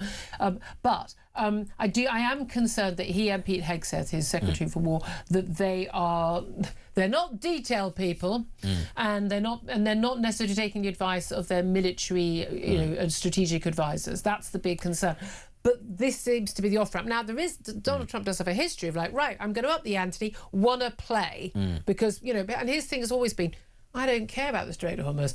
I don't get, America doesn't get its oil. It does actually impact oil prices and fuel prices and inflation in America as well. But there is an element where and a lot of his advisors have said his willingness to say, I will do anything I want. I'm crazy. I'm unpredictable. That is a strength sometimes, especially when you're dealing with properly crazy people like the Iranian mullahs. Well, we saw this when he whacked Qasem Soleimani, and everybody was going, "Why on earth would you do that?" And it turned out to be the best thing that he possibly could have done. You took out the head of the snake in that situation. In Iran. The question, though, here is, if you're taking out ayatollahs left, right, and centre, and you're striking lots of members of the IRGC hierarchy, who ends up taking over? Because you might have the fanatics, and there are religious fanatics, of course, at the top, but there are also pragmatists. What I think has been the goal for a long time is get to a position where you can actually not affect regime change by the people rising up. That I don't think was ever plausible. But where there's actually a power struggle, unpredictable about who ends up. Actually where there was a power struggle within the Islamic Revolutionary Guard Corps itself over who takes charge, and maybe then you get the possibility of somebody who is more pragmatic, looks at the world and says, "Listen, they might be an Islamist, but I'm not going to get my Islamic revolution. It's not going to be great, but I do get the chance to lead the country, and that's better than being king of the ashes." This is the fascinating thing. People on the left, and you certainly see it across the BBC and everywhere else, and then this constant criticism of Donald Trump. They haven't got any war aims. They've all been very, very confused. Sky News is the same. They're always saying, "Oh, we don't know what the war aims are." He literally said what the war aims were when he first launched his strikes, when he was in Mar-a-Lago in that statement in the darkened room, and he was very, very clear. And it wasn't regime change. So when an American president says we're going to go for regime change, like somewhere like Iraq, no, that's outrageous. Who do you think you are? Or in Venezuela. And when he goes, no, I'm not interested in regime change. People of Iran, if you want to rise up, now is your opportunity. But I'm concerned about your ability to get nuclear weapons, posing a threat to America and to the wider world and to my allies in the Middle East, including Israel, and as it turns out, pretty much all the other Arab states as well, who most of whom are now run by people who care far more about money than they get, and wealth, and their gold Rolls Royces than they do about praying 5 times a day. I'm sorry, that's the reality. But the thing is, they pick and choose. I think the war aims have been very, very clear. All throughout, and it's nothing to do with regime change. And that's not my problem. We tried that in Iraq and Afghanistan. Turns out it doesn't work. Now, Iran is actually a country that would possibly be possible in. It's a secular state, largely. This is the weird population is 70% secular. You could see a scenario, and very sophisticated, very well, highly educated. You could see a scenario where it would work. But that's neither Israel's nor America's problem. Nuclear weapons, ballistic missiles that can reach Western Europe, absolutely is. Yeah, and from what we can see, actually, the plan to degrade Iran's capacity to launch these things is working. It is successful. The thing is, though, and again, we saw this with Ukraine, we've seen this with lots of other things as well, Gaza especially. A lot of people, armchair pundits, commentators, journalists, lawyers in the West, like to sit back and they see any sign of destruction coming the other way as a reason why it must stop. Everything is disastrous. It's like they've forgotten what wars are. It's like completely. Well, the same with Gaza. It's like, the Gaza apparently situation. Some civilians died in Gaza. Really? Does that happen in wars? Gaza is the best example. They seem to think that everything's like Call of Duty, that every soldier basically has a sniper rifle and will never hit a civilian, and every airstrike is clean. That's not how the world works. But of course, then when you have other examples like Darfur, well, they don't really care about that because it's not something that matters to. Exactly, it's not. No, but also, by the way, it is so unbelievably well documented now. Anyone who says they're a genocide scholar and says they're a genocide, trust me, they're an idiot.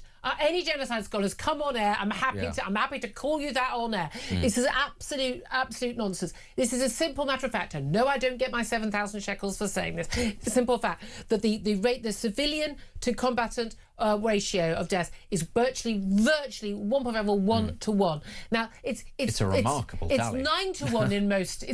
When we fight a war, when America fights a war, it's usually 9 civilians die for every combatant. It is as simple as that.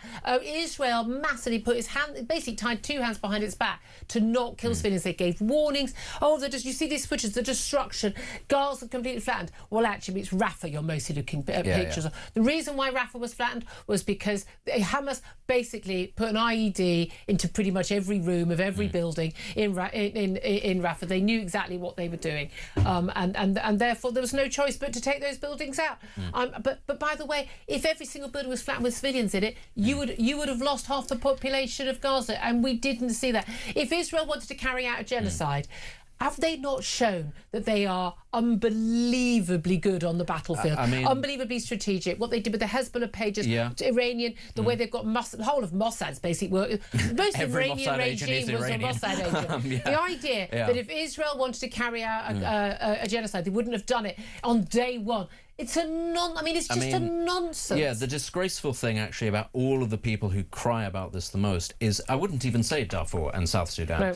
Actually, it's Syria, which is literally right there. And the appalling atrocities that have been done against predominantly civilians, where militias were going after civilians specifically. And forget Iraq and Afghanistan, which were also the ones where you had sort of 8 to 1 and 9 to 1 sort of civilian ratios. Syria has been an appalling humanitarian catastrophe. Targeting any and militants. These same people who go out to protest against Gaza, that's fine, but you then have to answer, so what about that one that's not even halfway across the world? It's and literally they certainly right don't there. seem to be remotely concerned about what's going on in Iran in terms of the ongoing. But by the way, teenagers are still being executed. They're being hanged in public for having been involved in these peaceful protests against this regime. Not a word from this lot. Do you think this attack on those 4 ambulances, the Jewish ambulance service in Golders Green, do you think that is... people say it's an anti-Semitic attack. Why would it have been the causes? Again, is it an anti-ambulance attack? Do people hate the NHS? Well, they might do, but obviously that's what this is. So in terms of the motivation, we've got 3 suspects on CCTV. They'll be doing track down, and hopefully will be caught and charged and prosecuted. But do you think that's as a result of what's happening in the Middle East right now?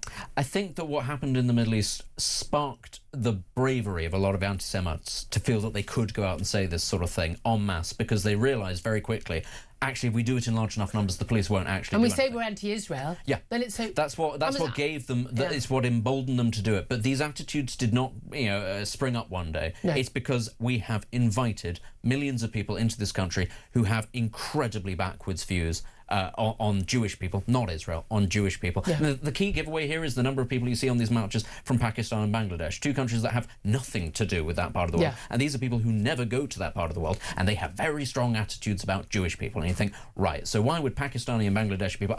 It's because of what they're being taught, indoctrinated from early on in life. You don't even get the same amount of visceral from Arab nations in the regions. You don't get it from the Emiratis or the Saudis or the Kuwaitis. Well, by the way, none degree. of these marches and things, none of this stuff's allowed in any of those countries. No, and this, just to finally take it back to that last point, what we were talking about, why it is that there are that many people here, it's because in those parts of the world, Morocco, Saudi Arabia, the UAE, they arrest these people and often they leave. Do you remember Alaa Abdel Fattah, the Egyptian man, member of the Muslim Brotherhood? He's here now. Prisoned in Egypt and those people are imprisoned in those countries. And Prime Minister. And they come here because they know they will have a degree of safety that they do not have in that part because of the world. We tolerate intolerance. Just a reminder that Donald Trump, Truth Social post, basically saying there's been conversations between the US and Iran in the last 2 days after that ultimatum given to Iran, and he says he's instructed his Department of War to postpone any military strike against power plants, energy infrastructure for 5 days while they carry on with those conversations. So hopefully a winding down of the war. He says the US is close to the objective of winding down the war. Fingers crossed on that, assuming we've achieved those war aims. 11:26 is the time. Love to hear your thoughts on that, your thoughts and your reactions to that horrific attack on the ambulances in Golders Green. Thank God no one got injured in that arson attack. That's the only thing we can say is good news this morning on that front. But give us a call. 0344 499 1000 is the number to get in touch. This is Talk.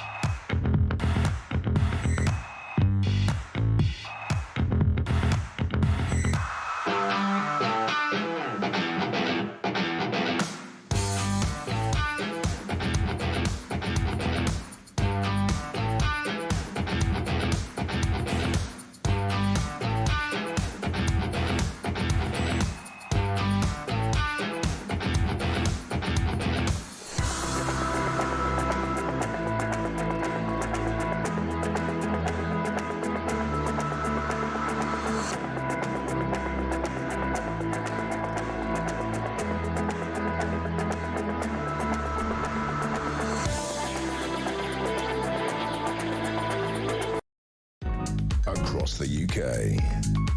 On DAB+. On your smart speaker, on your smart TV, and on your side. This is Talk.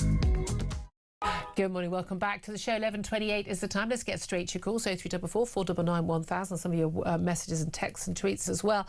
First up, let's go to Adit, who is in Golders Green. Hello, Adit. What do you want to say? Thanks for having me, Julia. I think the residents are nervous. They're shaking, and the goal of the terrorists have been met. You know, they wanted to intimidate us. We are scared. My wife this morning is asking, you know, should we send our child to school or not? I mean, that's the kind of scenario that we're all facing. And it's a byproduct of, you know, what the polity of the day, both mainstream parties in the UK have shown. You know, they've given disproportionate amount of patronage to Muslim politics in the UK, and this is the byproduct of that. You know, when you stand there and you patronize, you know, Free Palestine rallies and you patronize Muslim politics in the UK, this was always going to be happening. So the writing was there for us in the war.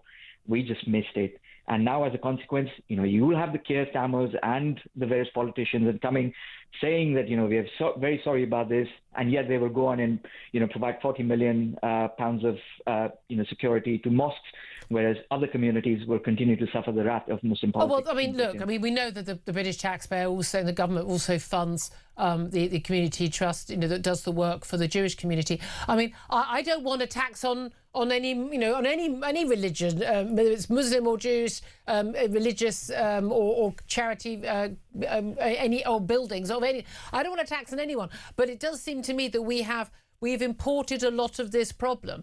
But we often have people who say, well, you know, if Israel wasn't doing what Israel was doing in the Middle East, we often seem to see that justification, don't we?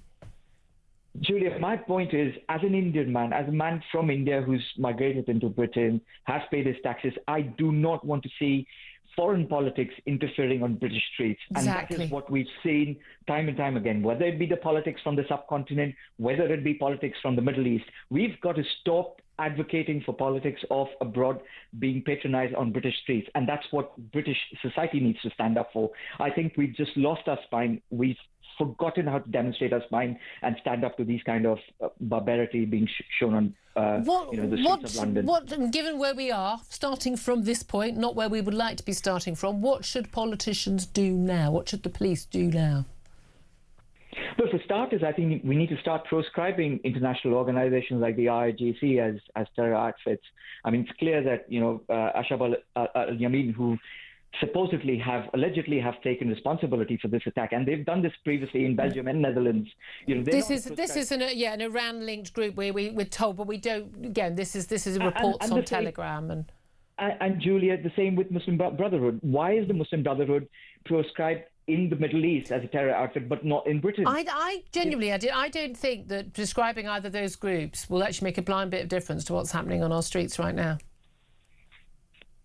And then we've got to stop calling out. We've got to understand that Britain needs British politics, not the politics of Palestine or Kashmir or anybody anywhere else. Okay, really appreciate that call, Eddie. Thank you very much. Calling in from Golders Green, of course, which is where that arson attack on the 4 ambulances of the Jewish charity were attacked. Let's go to Thomas now. He's in Colwyn Bay. Hello, Thomas. Hello, how you doing? Very well. What do you want to say? I think it's really interesting to see the difference in the reaction and the coverage to the perception of ambulances being attacked by Israel in Gaza and in Iran to this attack in Golders Green. Not 4 days ago did the IFRC put something out about ambulances not being a target. Nothing from the British Red Cross, nothing from the ICRC, the International Committee of the Red Cross, Amnesty International. Wait a second, you're saying the international charities, they make it really clear that ambulance shouldn't be a target in Gaza or Iran or elsewhere. Healthcare should absolutely not be a target. But you're saying they haven't. I mean, I'm guessing they didn't expect this to happen. In their defence, International has put a post out saying that it's appalling, this attack. Where's everybody else's response? Okay. Why is it important in Gaza and Iran, but not here. Yeah, basically the two-tier response and the holding of different standards. Thomas, thank you for that. Let's go to some of your texts and tweets. Also, Marcus said, if this happened in Israel, it would be considered a terrorist attack. Stop playing around with silly words and call it what it is, terrorism. Stephen says, simply remember Kristallnacht. I mean, yeah, absolutely, this is what it's about. Kat says, it's truly despicable, this an attack. This follows years of media distortion and lies led by the BBC and over 2 years of marches calling for the destruction of Israel. All of those lies have demonised Israel and normalised hostility towards Jews. Kat, you've explained that rather better than pretty much any politician. And that is what happens. I mean, these things have nothing to do with each other, sort of, but they do, you know. John says, has the Prime Minister blamed the far right for this yet?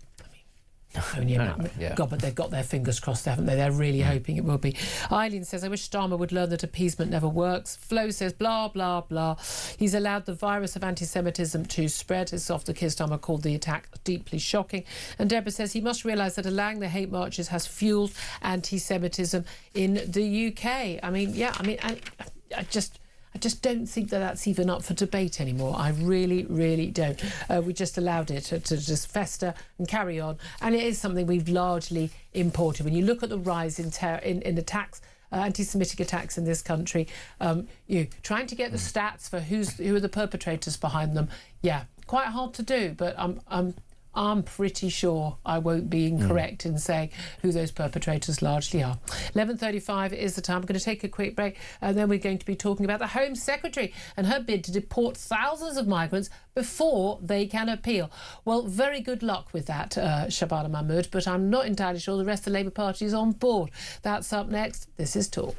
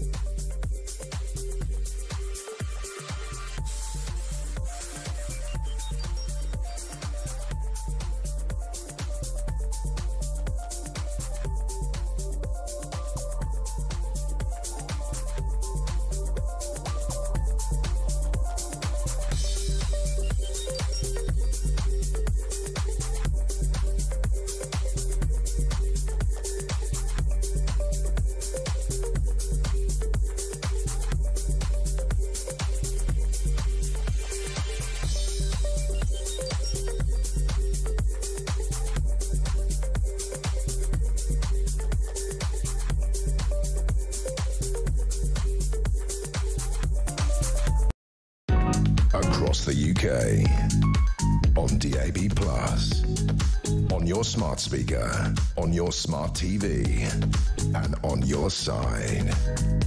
This is Talk.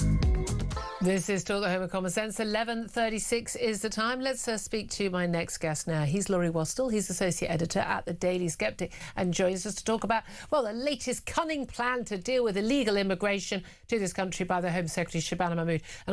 Another Monday, another plan, eh, Laurie?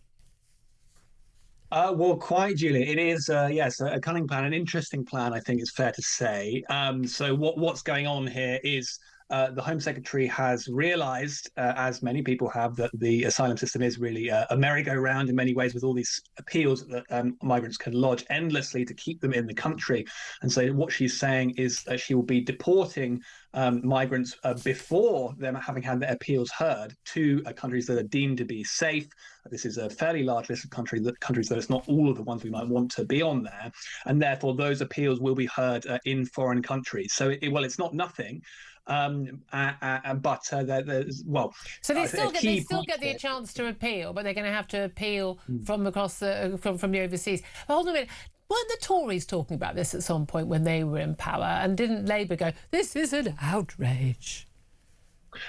Yes, indeed, and it's interesting that Shabana Mahmood is seeming to be more forthright than a large amount of her party, certainly. But I think that is the key point. The ECHR will still be applying to this? Okay, so it would be very, very possible for any of these migrants to actually win these appeals. Eventually, they'll be supported by charities when they're making them in foreign countries, for instance, and activist lawyers and so on. So this raises the almost extraordinary prospect of migrants in a country like Nigeria, for instance, to which they have been deported, then launching a successful appeal for asylum and then being flown back. Brilliant. So it again seems like a bit of a half measure. Yeah, absolutely. I suppose the idea would be, well, it dissuades people, but I'm not sure it would in that scenario. But also, crucially, it would mean that we weren't paying for them while they were here. But the reality is, with all this madness in terms of the completely incorrect interpretations about people's rights under the European Convention of Human Rights, and would it not be the case that actually we wouldn't be able to deport these people? There would still be charities and human rights lawyers who would challenge that. Well, I think the idea certainly is to get around that. It is likely that that some of the sort of pre-appeal deportations would also have challenges to them. But I think that the key problem is that they could, as I say, be flown back. I think we should give her some credit. I mean, the raw problem of asylum seekers in this country is simply the fact that they are here. This is the cost of asylum hotels. This is the potential putting the British public in danger. And this is also the incentive for them to come. And let's remember, there is another loophole that this does close off, which is the ability for migrants to abscond. Yeah. So that would be, that's another reason that we don't really want to have them in the country when these claims are being processed. Yeah. But that said, the question is numbers. Will she be able to get this through the courts and potentially her own party? But surely, given that we don't have the caps to hold all the people, we don't have some sort of prison camp even for the people who arrive, on any given sunny weekend, for goodness sake, even in the winter months these days. These people are going to be free to move around. As soon as you're going to be deported to Nigeria or Somalia or wherever, you're just going to disappear off into the black market, as they already are. They're only staying where we know where they are because they're being housed and fed for free. Why would you bother hanging around otherwise? So none of this is going to work. We've also got the added joy, have we not, that we're expecting now a surge. I mean, I don't know how we can get an even bigger surge. I mean, how many can come across in a day? But another surge in migrant crossings in coming weeks, because this deal that we've got that funds the French beach patrols is running out within days. We spent £475 million over 3 years, and it comes to the end at the end of this week. At the end of next week, it comes to the end of that payment. It's not been very successful. We're told, the French are stopping half the boats maybe on a good day when they happen to not be at lunch, smoking their gitanes, looking at people on the beach. But I mean, is it going to get worse, even worse than it's been already, given that we've seen a surge under Keir Starmer already? I think absolutely. I mean, one key factor in that under Starmer has actually been the scrapping of the Rwanda plan. We know that it's really the prospect of getting into the country and not getting deported that allows people in. It's those pull factors, and that Rwanda plan, whether or not the flights did end up taking off, it did actually seem to be quite a strong measure to prospective migrants, and therefore does seem to have been a bit of a deterrent. So that was a very unwise choice. But of course, the key point here is that we're here in March. We've had a very rainy period in the first 3 months of the year, but now we're heading into spring, into summer, and so that is really one of the key determinants of the migrant crossings, and they're going to be looking likely to have a massive amount of crossings over that period. And for the issue of migration in as a political issue as well, it's really going to turn up the temperature, I would say. Yeah, and we've seen those battles between the Labour Party, so it's big wigs already, haven't we? Because we've had, over the last few days, we've had Angela Rayner. She gave that speech that she gave on, I think on Wednesday, where she was basically talking about how she was very much opposed to Shabana Mahmood, the Home Secretary's sort of attempts to clamp down on the rights of people once they're here legally to then be able to claim basically permanent residency and having to wait, instead of just 5 years to make that application, having to wait 10 years, something which most people consider to be a minor and very welcome reform. We've had Andy Burnham back, Angela Rayner. This has definitely become an issue there. And again, this does also tie in, does it not? Because a huge number of the people who are coming from abroad, the largest number are coming from Pakistan, a lot from Nigeria as well. We are talking about largely Muslim countries, and it is absolutely fascinating how much all these stories tie in. We talk about the anti-Semitic attack on the ambulances in in Golders Green. We've got the issues with Iran and Iranian extremism on our streets and the threat there, and of course this issue over Britain's foreign policy and local policies being basically decided by a fear of losing, quote, the Muslim vote, unquote. What do you make of all of that? Well, it's interesting you mentioned Pakistan there, Julia, because that has often been a blind spot in these restrictions that Shabana Mahmood is bringing in. So if we think back to her recent restrictions on countries getting student visas, because so many of their students were then going on to claim asylum, she targeted that at countries including Afghanistan, Myanmar, and a couple of African countries as well. Where there was a high rate of this abuse, but the country with the highest rate or certainly the highest absolute number claiming of students going on to claim asylum is Pakistan, and that was not flagged for that list. And once again, in this case of countries to which migrants could be deported before having heard their appeal, Pakistan is not on that list, it seems. And again, that's a country where we have seen a lot of asylum seekers, and there's actually no war going on in Pakistan, so it's not quite sure. Why so many. Yeah, absolutely bizarre. What do you make also? A Labour council has. This is quite an extraordinary story. A Labour council has basically criticised people for saying, basically you cannot say that migrants have no respect for women. This idea that that many people coming from, let's face it, from Muslim countries are coming from countries where they do not share many of the modern British Western liberal views on the equality of the sexes and the like. And this is Liverpool City Council. They've issued an online mythbuster addressing asylum and immigration, saying blaming foreign cultures for violence against women and girls reinforces harmful stereotypes. There is no causal link between asylum seeker populations and the increased level of violence against women and girls, and it's wrong to claim that migrants come from cultures that don't respect women. What do you say about that? Well, it's absolutely extraordinary, isn't it? We're hearing from these Labour councils that we're not supposed to draw any link between the countries that these places, these gentlemen are from, and the crimes that they have gone on to commit. At the same time, we often hear in the courts, don't we, Julia, that actually, they'll go slightly more leniently on this particular sex offender because they were from a country where they didn't actually know you weren't supposed to. And we've literally had judges saying this. You didn't really, the defence given in court and accepted by the judge is that, you didn't realise you're not supposed to, sexually grab 14-year-olds in your culture.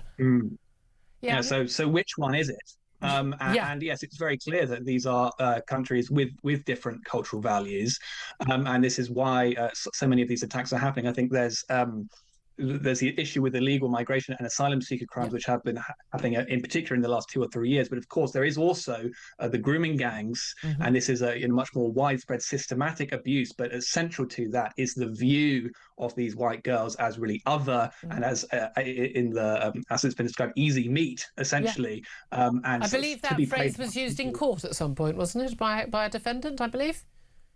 It's the title of a book, certainly, and I think probably that's certainly the perspective that many of them have towards them, describing them in. I don't know. Given we've got this new definition of anti-Muslim hostility, I don't know if we're even allowed to have this conversation legally anymore, Laurie.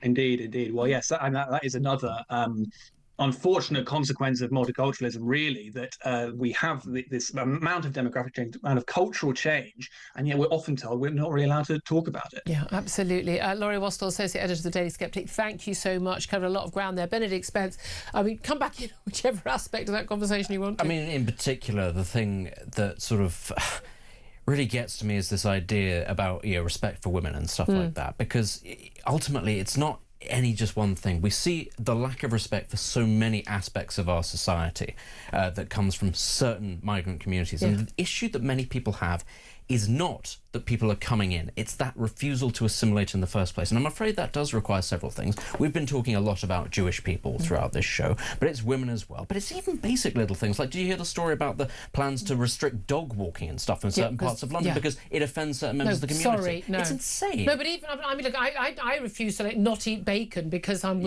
someone in the restaurant or something. Or in schools, they don't serve pork products in some cases in case it offends people. You're not allowed water bottles during Ramadan. I'll eat bacon in front of a vegan as well. I don't care. I think it's just that's not tolerance. That's tolerance of intolerance. Yeah, it's insane. And other countries do not this. go. Yeah, no, to no extreme extent. And if you go to parts of the Middle East and stuff like that, go to Istanbul during Ramadan. Do they stop serving food at lunchtime? No, they don't. They absolutely go. Exactly. No, of course we're open for business because you're not Muslim, so we expect that. Yeah. Why is it just this country that takes us that? Exactly. When in Rome, but when in Britain, do what you want. 11:48 is the time. I'm going to take a quick break. First up, though, the Detective Chief Superintendent of the Met Police, Luke Williams. He's been giving a statement on site in Golders Green where that arson attack took place. He says that it has been declared an anti-Semitic hate crime. It's not been declared a terrorist incident, he says, at this stage. But the investigation is being led by counter-terrorism officers. Up next, going to be talking about, how the events in the Iran war are affecting our economic future. By the way, all of the outlook is bad. That's up next with Paul Johnson, formerly of the Institute for Fiscal Affairs. That's up next. This is Talk.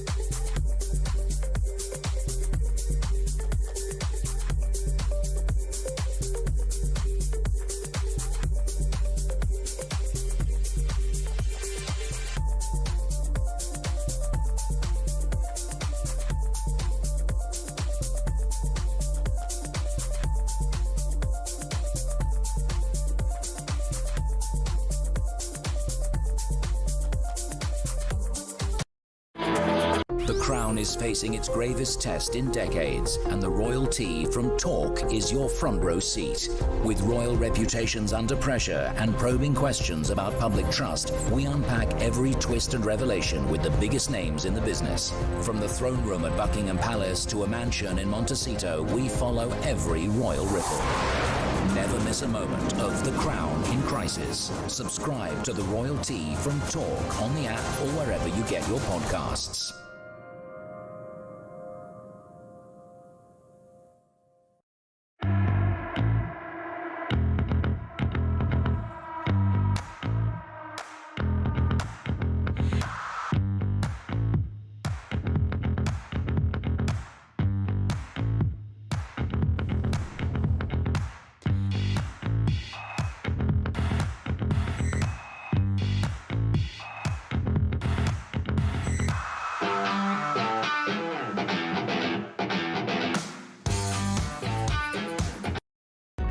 Across the UK, on DAB+, on your smart speaker, on your smart TV, and on your side. This is Talk. Good morning, welcome back to the show. 11:51 is the time. Just a few minutes left before the top of the hour to talk about the small matter of our economic future. And in the wake of the announcement from Donald Trump on his Truth Social site that he has entered talks with Iran over basically a complete and total resolution of our hostilities in the Middle East, saying that he has instructed the Department of War to postpone those planned military strikes against Iranian power plants and energy infrastructure for a 5-day period. That was planned if they did not reopen the Strait of Hormuz by midnight tonight UK time. We have seen oil prices, which had been feared to be going up to sort of like $200 a barrel, so pretty much more than doubling in price over the period of the war, now plummeting down again. So hopefully good news. Well, let's find out how much with Paul Johnson. He's the former director of the Institute for Fiscal Studies. Morning to you, Paul. Good morning. Thank you for joining us. Well, look, I mean, that Truth Social post from Donald Trump, if it is the case and there are talks and we could see an end to the hostilities, at the very least, not a tax on, oil infrastructure, that's good news for everyone, pretty much, isn't it?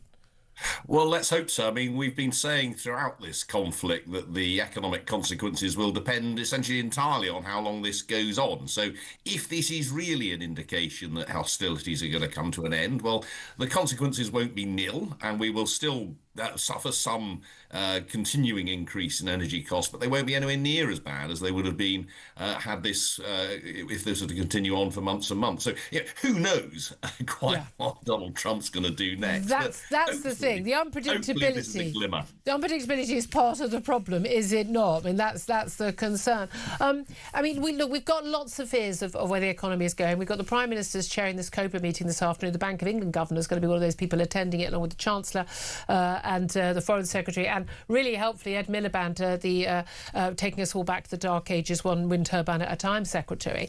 Not entirely sure his input is going to be that helpful, but we do know that there are problems coming. We're seeing prices creeping up at the forecourts.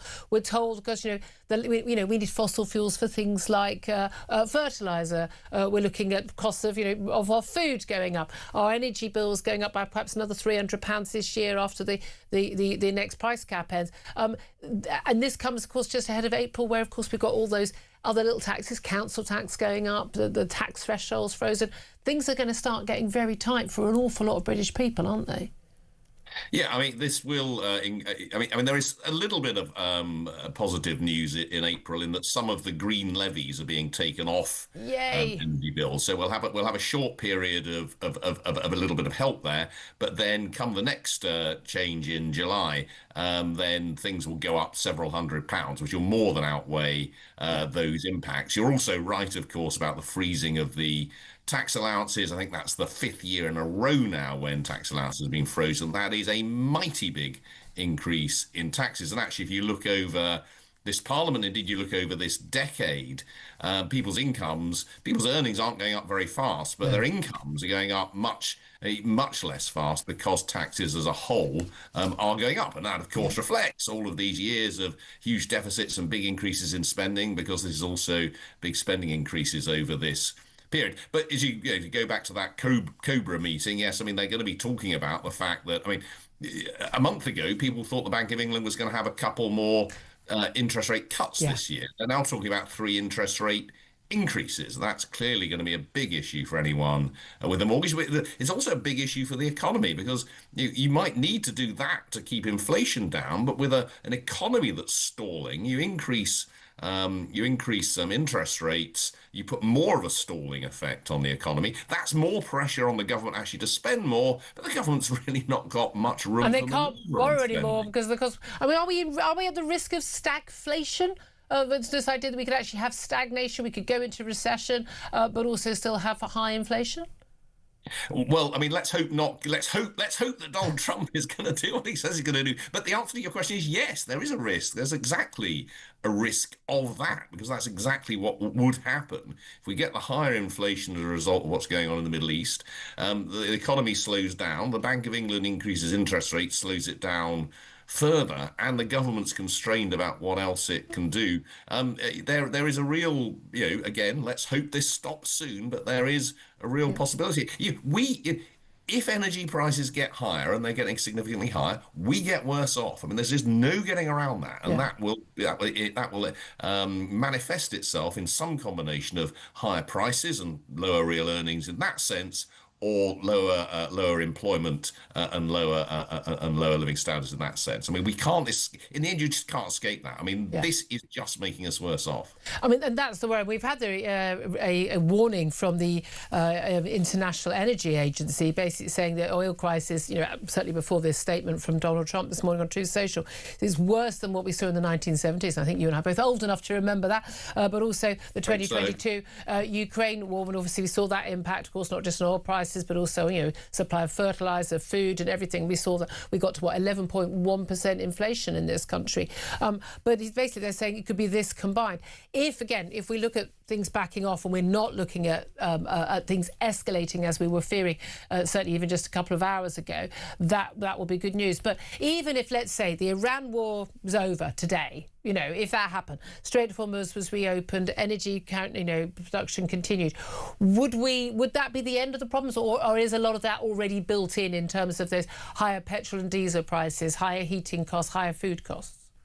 Some of it's built in. I mean, this is not going to have no effect, not least because a lot of the infrastructure has been destroyed. But you'll get some supply constraints. So this won't be anything like as big an effect as if it carried on. But there's no getting around the fact that I think oil and gas prices, particularly oil prices, will stay higher than they otherwise would have done, and that will have its knock-on effects on everything else. Okay.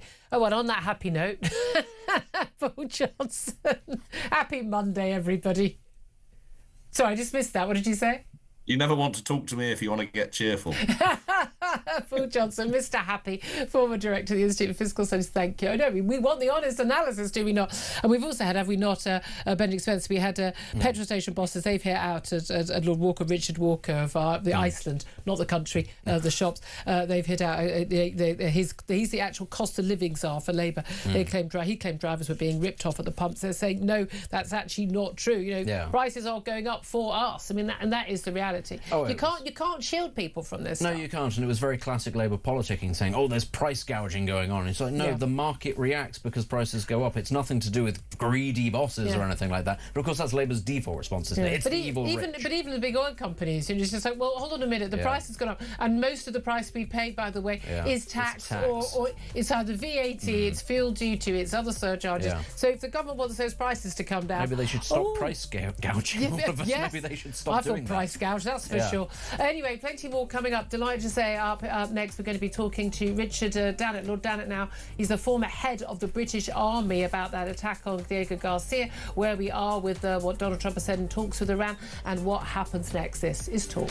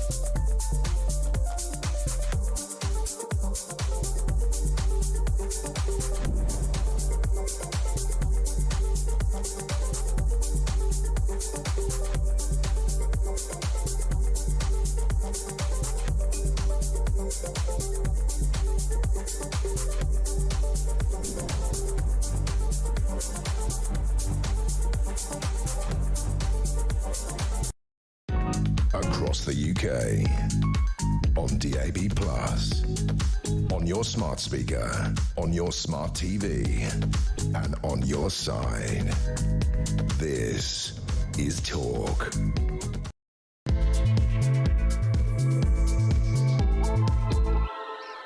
very, very good afternoon. Welcome back to the show. This is Talk. We are the home of common sense, and I'm Julia Hartley-Brewer. Whether you're listening on DAB Plus radio, on your smart speaker, watching on YouTube, or your connected device, thank you so much for your company. If you missed anything of the show already, well, frankly, you're crazy. We're on the way till 1 o'clock, but don't forget to go to my YouTube page, the Julia Hartley-Brewer Show. Hit subscribe, and you never have to miss a thing. Coming up in this hour, we are going to be discussing Donald Trump, his extraordinary post on Truth Social saying that Iran and Israel and America are in talks right now regarding a complete and total resolution of our hostilities in the Middle East. He has instructed the Department of War, he says, to postpone any and all military strikes against Iranian power plants and energy infrastructure for a 5-day period. Subject to success of the ongoing meetings and discussions. So that deadline would have been midnight, pretty much UK time tonight, for reopening the Strait of Hormuz or attacks from the US on energy infrastructure in Iran, which would have been met with retaliation from Iran to not just Israel, but to also other Arab states in the Middle East in terms of their energy plants as well. That deadline is no longer in place. So that will be a sigh of relief for everybody. We've seen the oil price already plummeting down in the hopes that we can see the end of this war. We're also going to be talking about Keir Starmer being accused of basically lying to the public, keeping them in the dark over Iran's failed missile strike on the Diego Garcia military base in the middle of the Indian Ocean. We're also going to be discussing more, of course, the anti-Semitic attack on the Jewish ambulance services, 4 burnt-out ambulances outside a London synagogue. It has been declared as an anti-Semitic hate crime. Counter-terrorism unit is leading the investigation, but it has not, according to the Metropolitan Police, been announced as designated as a terrorist attack, certainly as yet. We're also going to be talking more about scrapping most short-term jail terms. That's coming into effect in England and Wales as of today. So if you're going to be sentenced to under a year behind bars, you just get a community sentence. It's basically a free-for-all. Oh, yeah, and we're going to be talking about Macmillan Cancer Charity, who just said they're going to prioritise welfare support for vulnerable communities like ethnic minorities and LGBTQ plus people for their cancer care. Well, I'm going to prioritise not giving my money to a charity that discriminates against me and my loved ones. We'll talk about all of that. Joining me for the conversation, Conservative commentator Benedict Spence, still here. A very good morning to you. Good morning. Before we speak to Lord Dannett, just got to get your quick thoughts, if I can, on this Donald Trump announcement of basically Department of War is going to postpone any and all military strikes against Iranian power plants and energy infrastructure. Are you hopeful that we will see an end to this war? I don't think it'll be an end to the war. I think it will simply be a pause whilst the United States maybe recalibrates. I'm very hesitant, but it's good news up to a point. The markets seem to be responding vaguely positively. Oil prices are coming down, bonds are coming down. So we wait and see. Let's hope. Well, let's see what my next guest thinks. He is the former head of the British Army, Lord Dannett, who joins us live here on Talk. A very good afternoon to you, sir. Afternoon, Julia. Thank you for joining us. Well, I mean, how optimistic are you after that announcement from Donald Trump? Well, every day, every hour brings fresh surprises. And I think at breakfast time, we wouldn't have considered where we are now to be likely. But I think this is classic Donald Trump. I mean, he put this 48-hour deadline down, which is due to expire about midnight our time tonight. And one began to wonder, gosh, would he really carry that threat through? Yeah. Would he really carry out the threat to destroy Iran's capability? That would be a massive escalation. So what he's done, I think, is very cleverly, at least temporarily, called success, calling for a 5-day, effectively a ceasefire. And he says that they've been very productive conversations with Iran. But, you know, you do wonder who in Iran he's been talking to. He's boasted about having killed most of the leadership in the past. Yeah. And one wonders whether, in fact, actually, these talks are fabricated by himself to get himself off the hook. Oh, really? Of an ultimatum that he knew that he couldn't really follow through. I mean, but that's the thing. We've seen an ultimatum before, haven't we? You know, Obama, his red line in the sand in Syria in terms of chemical weapons being used, and that red line was walked over and nothing happened. And it's very important when a world leader, particularly, you know, the American president, issues a red line or an ultimatum that they are willing to carry through in it. But I mean, this is the question. I mean, you say, like, is it a ceasefire? But it seems to only specifically be talking about any and all military strikes against Iranian power plants and energy infrastructure. So it looks like the war is going to carry on. The strikes on military targets will carry on. Just not specifically, though, I've seen some reports suggesting that if there were attacks on energy infrastructure by US, that would be a war crime. Is that the case, given that, of course, OK, this stuff is used, obviously, for civilians, and he said previously he wouldn't attack this infrastructure because, you know, the Iranian people would be needing those after the mullahs were deposed, it was the hope. But if the Iranians are using that energy infrastructure to wage war, is it a legitimate target? Well, you ask a very good question, and you've partially answered it yourself there, Julia. I think international lawyers would have a field day arguing whether attacking desalination plants, for example, constitute a war crime or not. But equally, you could argue that water is required to manufacture weapons and ballistic missiles and so on and so forth. So I think the international law fraternity would have a field day discussing this particular issue. But I think, coming back to the main point, we don't know. We only have his word, which we have to take at face value, that they've had productive talks between Iran and America. For all I know, Turkey or Oman may well have been the interlocutors that have facilitated some form of conversation. And whether any or all of that is true, I think another major factor is what is Israel's attitude to what we could perhaps best call an operational pause. It looks as if Israel is determined to see the diminution of Iran's influence and strength. It seems determined to carry on its attacks on Hezbollah in southern Lebanon.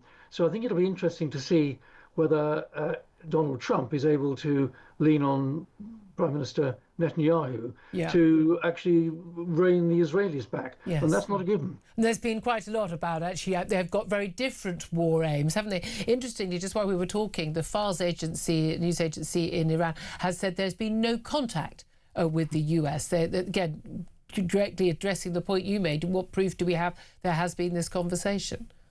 Well, I think that's right. I mean, I think Donald Trump is remarkable in a rather negative way, that he can say one thing and then he can say another thing.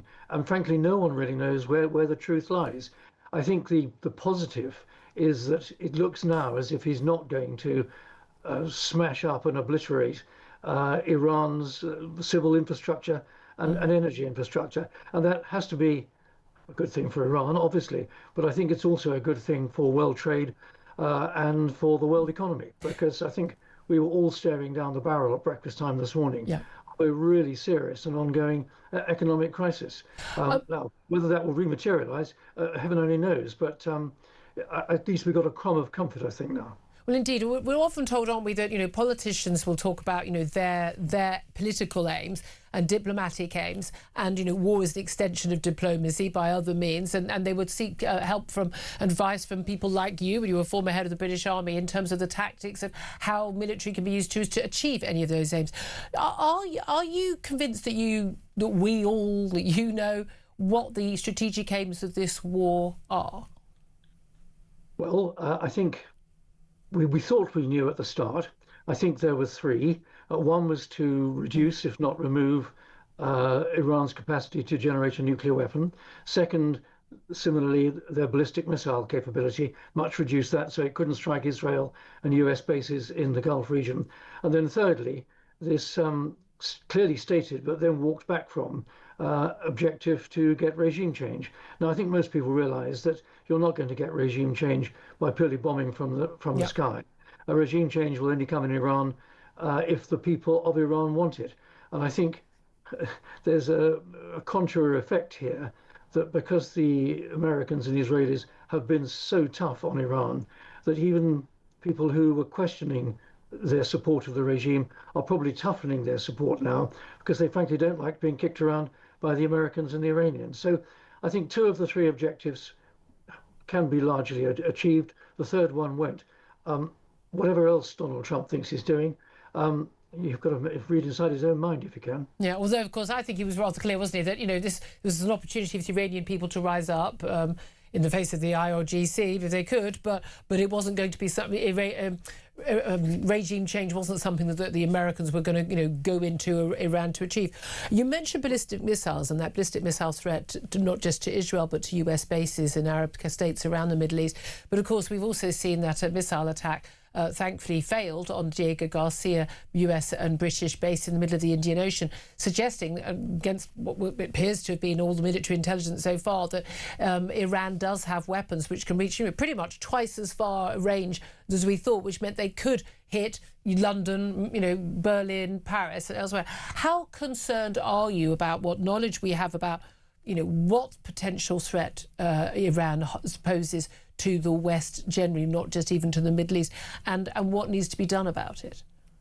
Well, I'm quite sure that our defence intelligence community will be thoroughly examining the possibility that Iran could have a ballistic missile that could reach as far as London. I think from what I've understood, it's theoretically possible that they might be able to extend the range of their existing longer range missiles, but it would probably mean that the payload that it could carry would be very small and not entirely guarantee that it could reach as far as London. But is it worth the risk? I mean, there's lots of fear that we are defenceless against Iranian missiles, that we don't actually have the proper defence capability if Iran did. That's what I was going on to say. Okay. You go right back to the 97-98 Strategic Defence Review at the start of Tony Blair's government. There was a programme called Ballistic Missile Defence, which it was decided not to continue with, and the cost savings from cancelling that programme, and I was director of the Defence Programme staff at the time, the cost savings from cancelling that programme meant that most of the rest of that defence review was then affordable. Right. And since then, there has been no widespread ballistic missile defence programme carried forward, nothing like the Iron Dome that the Israelis have. Yeah. Now, we've got a certain amount of ballistic missile defence, but it's mostly point defence. The Type 45 destroyers, for example, HMS Dragon, manfully making its way towards Cyprus, still has got that kind of capability. But it's point defence, not blanket defence. And if we thought there was a credible, serious threat to this country from extended ballistic missiles, well, there'll be a lot of head scratching going on in Whitehall and the Ministry of Defence at the present moment to work out what to do about it. It would be a real challenge. Well, indeed, again, and if we weren't aware of that ballistic missile capability, then what else are we not aware of them, and indeed any other regime? And that's the concern, isn't it? How concerned are you about that missile attack, an attempt on Diego Garcia? One missile shot down, one missile failed. But the fact that we didn't know about it for apparently 30 hours, and actually the information came out through the US media rather than an announcement from the Ministry of Defence here, would we normally expect to be told that sort of thing publicly, immediately, within days? Has there been a cover-up, and does that concern you? Well, I can't think why there would be any good reason not to make that information available. It's a British base, there are British service people there, and if they have come under some form of attack. And of course, we've only got probably unverified reports that one failed in flight and one failed to hit its target. Yeah. Of course, we don't know. We know that a US warship took it down. Now, we don't know where in the Indian Ocean it did take it down. Was it very close to Diego Garcia, or was it some distance away? Yeah. I think that's quite relevant in terms of determining the overall range of these missiles. I'm quite surprised if that attack did materialise, that it wasn't made public by both the British government and the US government at the same time and rather earlier. It does smack of some form of cover-up, and that is not helpful. I think British people have a right to be kept informed, and the government needs to be transparent. We're in the fourth week of this conflict right now, and again, the impact is being felt not just in Iran or in Israel or US bases in the Middle East. It's across Arab states and now much wider, and the economic impact, of course, affecting everyone around the world. And we'll certainly hope that that can be stemmed by what was announced this morning. If you were currently the head of the British Army, what advice would you be giving Keir Starmer about, from word go, about what Britain should be doing, what he should be doing? Well, I think right from the word go, I would have been prepared to advise the Prime Minister, or advise the Chief of the Defence Staff to advise the Prime Minister that if the Americans requested the use of their bases, which we provide for them, that they should be allowed to do so. It seems rather odd that the base at Fairford and the two in East Anglia and the one at Diego Garcia, which we provide to the Americans, that at the moment that they want to use them, we say that they can't. Yeah. Okay, he then subsequently changed his mind. Now, the other argument has been made, well, they didn't consult us, but they didn't bother to try and build a coalition of the willing, so we were taken by surprise and the default was to say no. I think we should have been more agile. I think we should have thought about the long-term consequences of saying no, because we need allies, the Americans need allies, and we've always been a very trusted ally of the Americans. And let's face it, Keir Starmer has made much over the last 18 months of his ability to get on with Donald Trump. So to destroy that by a quick decision, which was inevitably going to annoy Donald Trump, I think was quite short-sighted and lost the view of the bigger picture.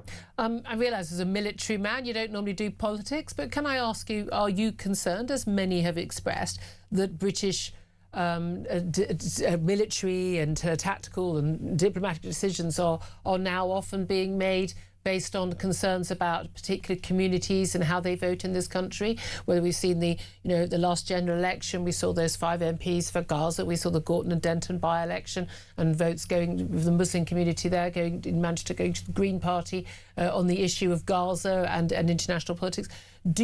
Are you concerned at all that Britain's foreign policy, and therefore by definition its sort of defence policy, is being changed by just the influence of particular communities in Britain? Well, I am concerned. If this is true, it is deeply upsetting or deeply concerning. I think what our leaders should do is work out what is in the national interest and take policy decisions based on the national interest and not their own narrow electoral calculations about saying this or saying that, doing this or doing that, what effect that will have on their chances of winning an election or staying in government. So I think what statesmen need to do is work out what is in the national interest and take decisions and base policy on the national interest and try and take a medium to long-term view rather than just short-term politically electoral decision making. Are you saying that Keir Starmer is not a statesman? Well, I think it's not really for me to say. Donald Trump has said he's not a Winston Churchill. Winston Churchill was certainly a statesman, but then equally Donald Trump was not a President Roosevelt. He was a statesman. This is true. I think labelling people is probably a little bit cheap, and I think I won't indulge that one. Are you concerned, though, because this is a concern for all of our audience watching and listening right now and people around the country, are you concerned that this impact of international, various different communities, but in particular communities coming from a view, a very anti-Israel view, that is actually damaging our national interest and that it is putting us more at risk?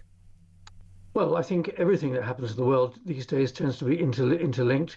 There is a school of thought which is quite possibly correct, that the 4 Jewish ambulances that were set fire overnight was a result of some Iranian intervention, or at least an Iranian sympathizer that took action, or group that took action like that. So I think we have to accept that many events across the world are interlinked, interrelated, and the linkages are probably there. OK, really good to talk to you. Always great to get your thoughts and your expertise. Lord Dannett, former head of the British Army there, Richard Dannett. Thank you for that. Benedict Spence, interesting there. That chuckle and that pause was a bit of a giveaway about the statement question to him about Keir Starmer. But interesting talking about, the concern about, British politicians need to act in our national interest. Yeah. I remember doing this at A-level, history A-level, and it was just about, British interest, who's our ally in Europe? No, we've always gone for the balance of power in Europe. We kind of support whoever is sort of, under attack. We've had interests around the world. We were a great empire once, and we have, whether people like it or not, we can't be isolationists because we have fingers in pies everywhere around the world. We do, and I think that, acting in British interests is something that has been lost sight of by a collective of people, and it's not fair to just put the blame on Keir Starmer because he is simply a product of this school of thought, which He's is the Prime Minister. No.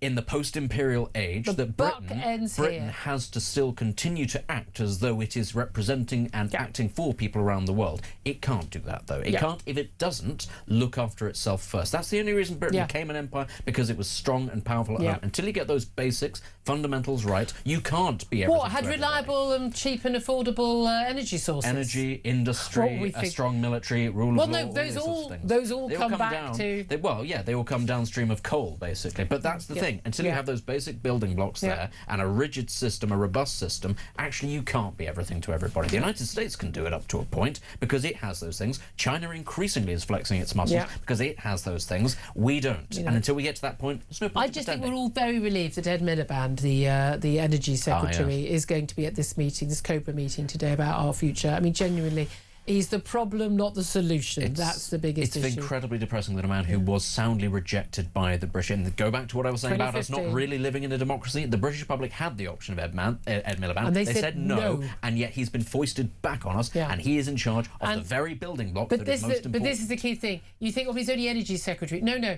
He's Chancellor, Foreign Secretary, Defence Secretary. He's Housing Secretary. He's everything. He's everything, guys, because energy policy decides all of those things. It is as simple as that. And at the end of the day, we are paying an absolute fortune to get our oil and the gas from the North Sea, but we're paying Norway for it, and the Norwegian government is taking all those tax receipts and getting all that money and getting all those jobs, and we're not, because we've got this brilliant policy. We're going to import all the fossil fuels that we still need and will need for many decades, rather than getting out of the ground near us. Genuinely, mind-bogglingly insane. Some of us have been saying it before it was fashionable. But there we are. 12:23 is the time. We're going to take a quick break. We're going to take your calls, and particularly on that horrific attack, the arson attack. It's anti-Semitic hate crime, is what the police have called it. But basically firebombing those 4 community charitably provided ambulances in Golders Green. This is Talk.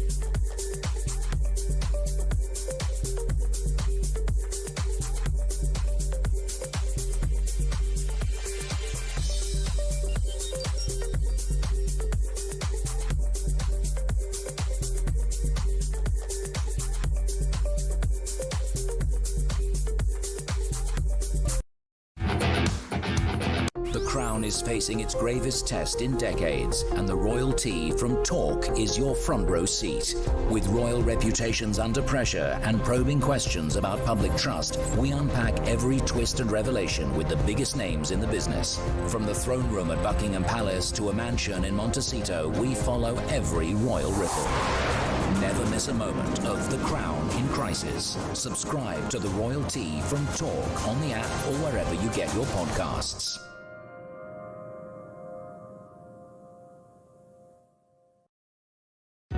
Across the UK, on DAB+, on your smart speaker, on your smart TV, and on your side. This is Talk. Good afternoon. This is Talk, the Home of Common Sense. 12:26 is the time. Let's get to your calls and your texts and your messages all about that anti-Semitic arson attack. Well, it's been called blatantly a hate crime by the police. It's being investigated by the Counter-Terrorism Police, Metropolitan Police, but has not been declared as a terrorist incident, certainly as yet. This is the attack on on 4 ambulances blown up in a firebomb attack at a Jewish emergency service. Basically, it's a charity that funded by local people, local charitable donations, and it's the Hatzalah Northwest fleet of ambulances, and it's basically a volunteer Jewish ambulance service. And for all the hate mongers at the back, It is funded by and run by Jews, but it is not just for Jews. It is open to anyone in the local community. Wes Streeting, the Health Secretary, he has attended today. The London Ambulance Service is going to offer extra help in that particular area in the coming weeks, but also they're going to fund the replacement of those 4 ambulances. Of course, with taxpayers' money as opposed to charitable money, but that's the service that is available. What is sad is that anyone needs to use a charitably provided ambulance service anywhere in the country rather than just having a decent NHS service in the first place. Small point, I think, worth making. But this has been regarded as a anti-Semitic attack. We've had all the great and the good. We've had the, Wes Streeting, of course, he's called it a despicable act of evil, says, I thought that's what it was when he stood in front of the Palestinian embassy when they raised that flag after we recognised Palestine as a state, as a reward for killing and maiming and taking hostage people on October the 7th. But, different ideas there, Wes. Keir Starmer, the Prime Minister, said this is a deeply shocking anti-Semitic arson attack. My thoughts with the Jewish community are waking up this morning to the horrific news. Anti-Semitism has no place in our society. Anyone with any information must come forward to the police. And he said it's really important that we all stand together. The Mayor of London, Sadiq Khan, has said this is a cowardly attack on the Jewish community. Londoners will never be cowed by this kind of hatred and intimidation. Many, though, will say that those men have actually been partly responsible for the growth of anti-Semitism that led to attacks like this. Let's talk to Herbie, who's on the line in Harrow. Hello, Herbie. What do you want to say? Good afternoon. Well, Jerry, what a shame this was last night. What a disgrace to our nation to allow this to happen. For years, we've all lived together. We've all, worked together, played together and everything else. And all of a sudden, we've got all this going on. We've allowed these maniacs to come in unchecked, unsupervised and everything else, and now we're paying the price for it, and it's only going to get worse. It ain't going to get better. We have imported this problem. I know there's a problem on the left wing, of the hard left wing, the Labour Party and the like. But now your party and Jeremy Corbyn are there. But mostly we have imported this problem from the Middle East and the Indian subcontinent. Yeah, and we're paying the price for it, Julia, and it's only going to get worse. How can these people be so damn disgraceful to do this to a charitable organisation, ambulances that we need? We're in desperate need for this. We haven't got the ambulances to take us to hospital and everything else. This is a charitable organisation serving the community, everybody, including Arabs, including Muslims and everything else. Yet they have to go and destroy their help's sake. Unbelievable. But it tells you everything. It tells you everything about the level of hatred. I must read you to David Collier on social media, and he's one of the guys. He's one who exposed, the fact that it was a son of a Hamas official that was in that BBC documentary. He's a fantastic investigative journalist, and he's written this morning. Do you want to know what the scariest part of all this is? Even if they are caught, there are 3 suspects caught on CCTV. He says, Herbie, 1, the CPS will deliberate for months about whether to charge them. 2, the courts won't find space to hear the case for 2 years. 3, by then the anti-Israel movement will have given them a label like the Golders Green 3. Number 4, some left-wing politicians will stand behind them. 5, and after all that, the jury will find them not guilty because they've been fed BBC News pro-Hamas propaganda for the last 2 years. I fear, Herbie, that he's right. It is right. Julie, we are pandering to these people without any... They know they can get away with it. They don't care. We're not doing anything. We're not fighting the fight. We're actually letting them do what they like. They can say what they like, and it proves it, Julie. It just goes on and on. We have got a cowardly Prime Minister, and we've got a police force that shouldn't even exist because they're not a police force. They're dumbwaiters, as far as I'm concerned. Well, you said it, Herbie. Thank you for that. Marion is on the line in Norfolk. Hello, Marion. What do you want to say? Oh, hello. After I saw it on the news this morning, I felt really, really sick to my stomach and angry, and I wanted to cry and shout that Britain has come to this. Yeah. And then I wish I could speak more eloquently. No, you're being just fine. Then I put my Sherlock Holmes hat on, which I'm a bit of a conspiracy theorist and a secret crime investigator. And I looked at the aerial photos of the location. Across the road from there is a business building with a camera on the corner and spaces behind that building where you could potentially park a car unseen. Now, I did notice that those 3 people arrived from the same direction they left from. I can't imagine those 3 running around at 1:30 in the morning with black hoodies on without being noticed. Are you kidding me? I see people running around at 3 in the afternoon on an August summer's day wearing black hoodies and masks, and no one seems to question it. I know, but there's mostly cameras all over the place. So I'm thinking, I don't want to hear any excuses that they couldn't find, they couldn't find. If they came in a vehicle, being able to track that down.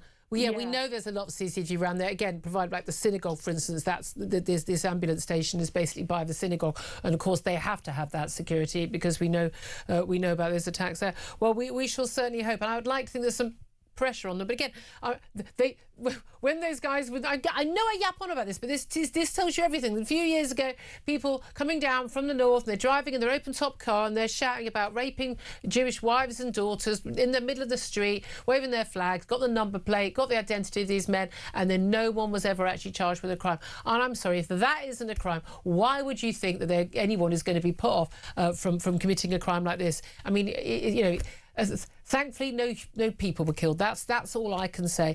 Marion, thank you for that. Benedict Spence, we've had all this reaction and everyone's wringing their hands, and we were talking earlier at the beginning of the show before we had this Trump announcement, which rather took over, about, everyone's shocked and devastated. I mean, no one who's paying attention should be shocked. Yeah. And words are fine, and everyone's saying the right things, but if you're not going to do anything about it, if you're not actually going to stop it, we're not going to start arresting people doing this. And this isn't about freedom of speech, but when you allow hate marches on the streets every single fortnight, when you allow people to do things like, shouting they're going to rape people, blatant shouts of, when you see people, allow people to say globalised intifada, which basically means kill all Jews everywhere around the world. That's what it means.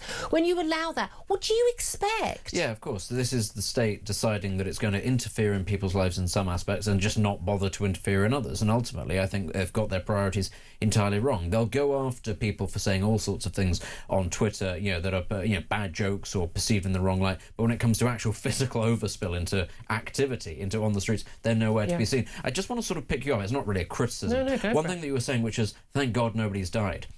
But the point is, these are attacks on ambulances. It's entirely possible that somebody in London will, fail to get to hospital or fail to be attended due to an emergency that could have actually happened as a result of this. Yeah. This is not simply an attack on property. It is an attack on people who are vulnerable, because only vulnerable people need ambulances in those moments when they need intervention. That's what makes this particularly callous. OK, they're not going to be convicted if they're ever found and charged of murder, but they could well be responsible for the deaths of people. Very, very good point. Thank you for that. 12:34 is the time. Up next, we're going to talk about the utter latest woke madness. I never want to let this stuff go because it really is as mad as it could possibly be. Macmillan Cancer Charity to prioritise giving support to those people who they consider to be vulnerable, ethnic minorities, and guess what? LGBTQ plus people. You couldn't make this stuff up if you tried. We're going to talk about all of this with Amy Gallagher. This is Talk.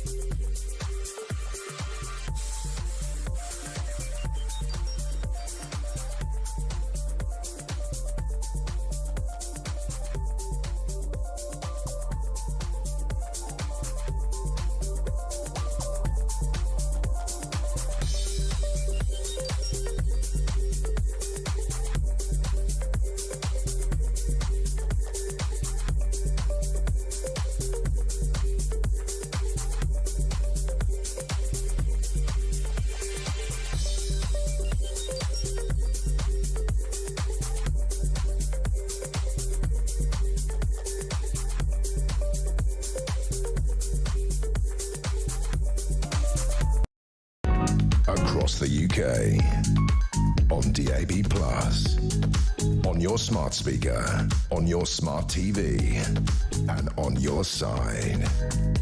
This is Talk.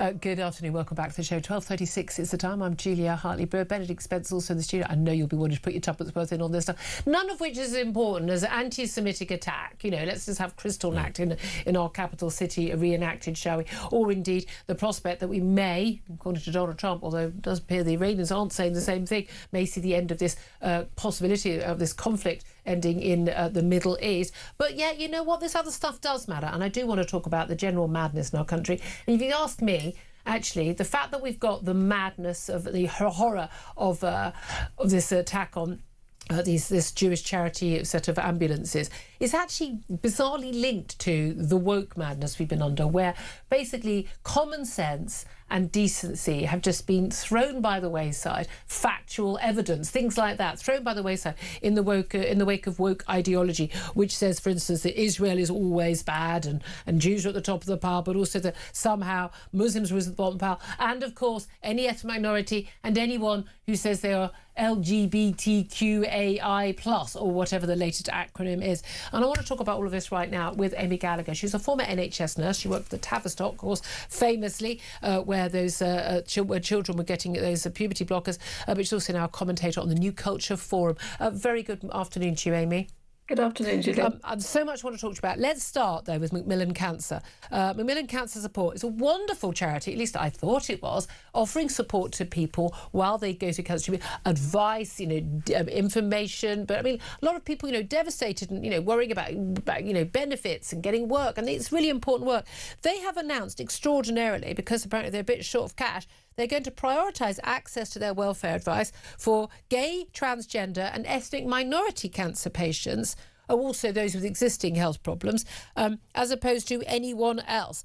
And basically staff will be asked to prioritise those with caring responsibilities as well. But basically everyone else, sorry, we may or may not get you in line. Now, I pointed out on social media yesterday that I'm obviously praying for all of the trans women who are being treated currently for cervical cancer right now, and hoping they are getting the help they need from Macmillan. But this is an extraordinary thing for a charity to announce. And let's face it, it's already backfiring for them. Yeah, it's such a shame to see Macmillan go down this route. I mean, one thing about cancer is that it does not discriminate. 1 in 2 people will experience cancer. Most people know a family or a friend who has had cancer, and it should be something that unites all of us, and where identity politics is left at the door, because it's something that we share, all of us. I don't really understand how they've decided that these groups, ethnic minorities and LGBT groups, are more vulnerable in relation to cancer. There's no data to suggest that cancer outcomes are worse for gay people than straight people. In fact, national data shows that white people are more likely to die from cancer than other racial groups in the UK. So to me, it's like they've just decided that these are vulnerable groups, which is actually quite patronising to those groups, and decided that they need more welfare. Well, surely welfare should be based on their financial situation or their health situation, not whether they're gay or what their race. Exactly. Well, I've got a lot of male gay friends who haven't got kids, and they're financially absolutely great, Nick, because they haven't been paying for kids all these years. And the pink pound has long been known as, people who've got a lot of spare cash. It's a bit bizarre that we're told that. It is just an extraordinary thing that they should announce this. Not only that they should do it, but they should announce it. And of course, then they want to have a round of applause. I've seen, hundreds of people replying to this news story, basically saying, I used to give money to this charity, I won't anymore. But I'm not going to give any money to any charity that is A, racist, which is if you are going to prioritise ethnic minorities over white people. If you were prioritising white people over ethnic minorities, that would also be racist. But I'm also not going to give money to a charity that is promoting, trans over women with cancer. Yeah, it's crazy. So many people feel so much positive feelings towards Macmillan because they are so helpful and they are a wonderful organisation. And to politicise themselves in this way and to divide people, it's such a bad move for them. And I do wonder if it's because of activist groups. Or of course it is. It always is. It must be, because they're scrambling for money, and perhaps they've allowed those groups in because of funding. That's the only reason I can think of. But it's such a shame, as I said, because it is something that you should unite us all. Yeah. it's so damaging for their brand to have gone. Well, no, I mean, again, they ain't getting a single penny from me, and I hope no one else will give them money at the moment. There must be other charities that do wonderful work, cancer support work, and we should be giving our money to them. In fact, double our commitment to them, just because this charity needs to know the deal. I mean, there's another story. Now, I'm a bit confused about this one, but whether we should be angry about this one. But basically, there's been a big fuss over a trans woman. Again, I say trans. They're a man who's been appointed to represent an endometriosis charity, and who said that the condition affects people of all genders. And this is a man who's a human rights activist. He describes himself in this role. It's called Steph Richards.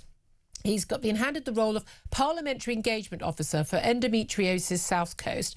He's also the Chief Executive of a trans campaign group, Translucent.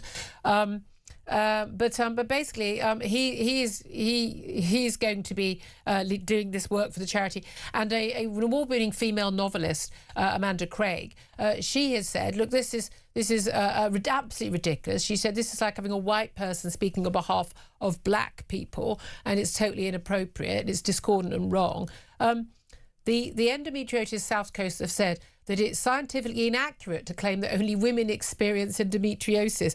They say it also affects trans, non-binary and intersex people, but endometriosis relates to the uterus lining, and the only people who have uteruses are Quiz Time Amy Gallagher, as a former nurse, who has a uterus and who doesn't. Yeah, exactly. So of course, it's only women that are affected by this condition. I mean, as a nurse, I've treated quite a few women with endometriosis, and they will say to you,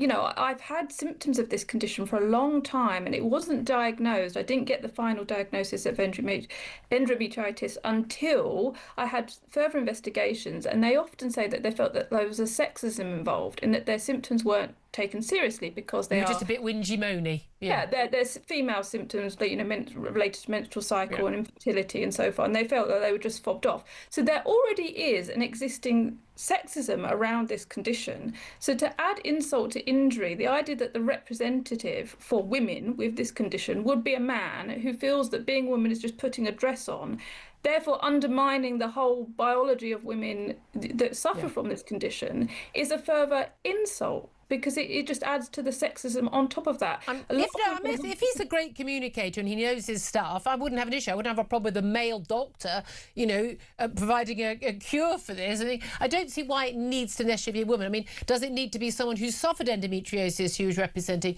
I would argue it just needs to be someone who can do the job. But it's the fact that he, and again, the whole way through the copy, they refer to this person as she. Steph Richards may have a gender recognition certificate or not, I have no idea, but he is a man. When you're born a man, you'll stay a man forever.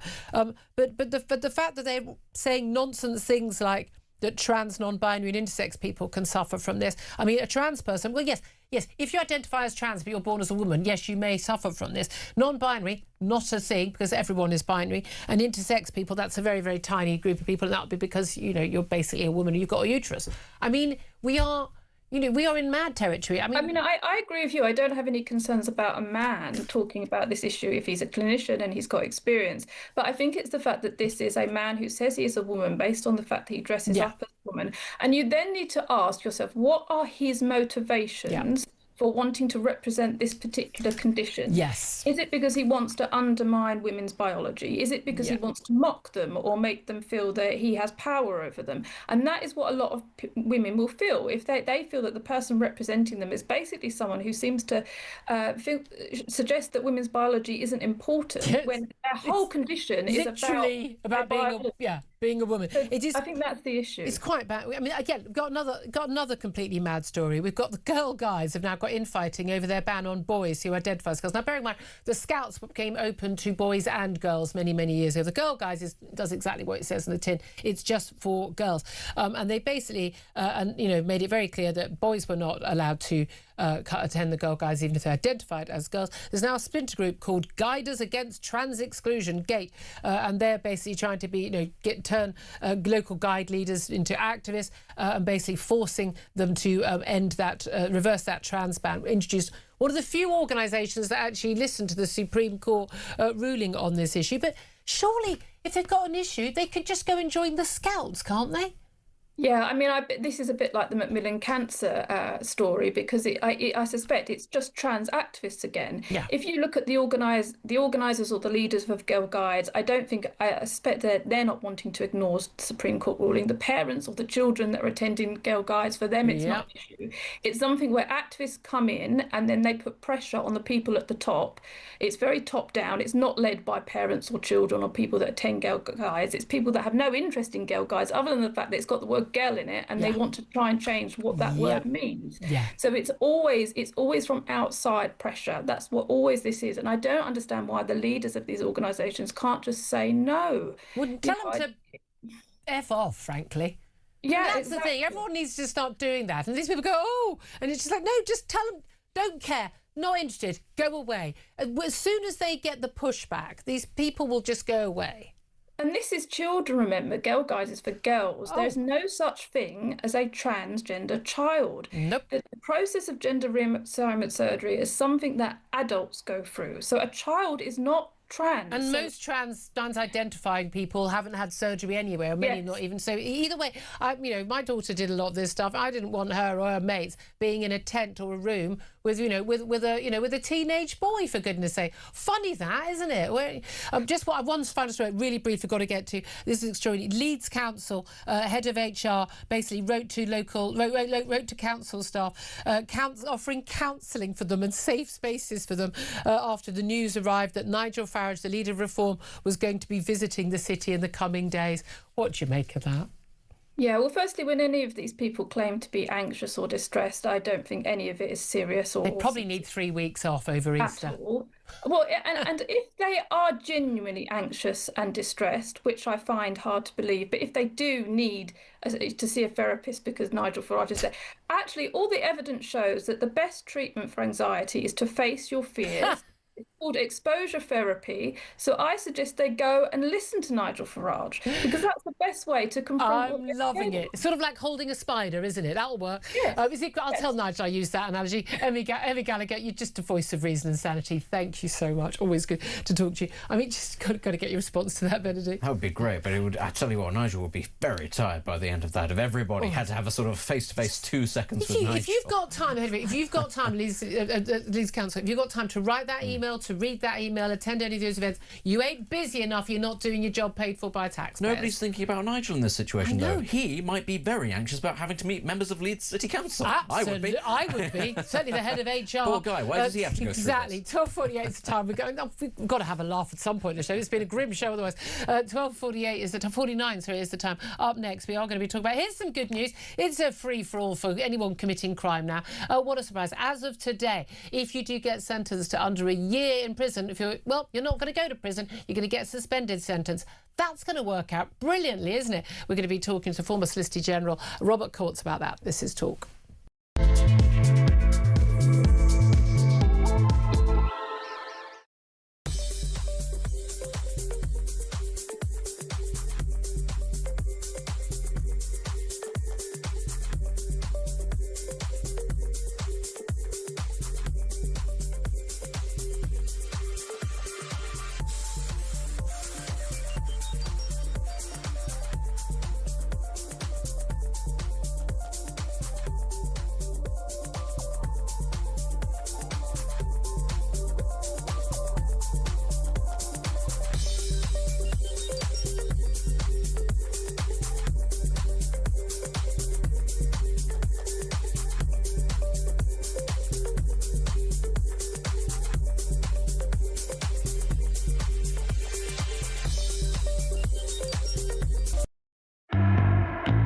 The Crown is facing its gravest test in decades, and the royalty from Talk is your front row seat. With royal reputations under pressure and probing questions about public trust, we unpack every twist and revelation with the biggest names in the business. From the throne room at Buckingham Palace to a mansion in Montecito, we follow every royal ripple. Never miss a moment of The Crown in crisis. Subscribe to The Royalty from Talk on the app or wherever you get your podcasts.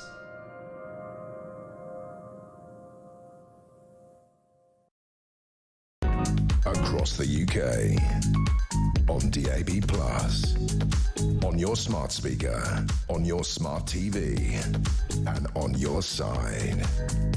This is Talk.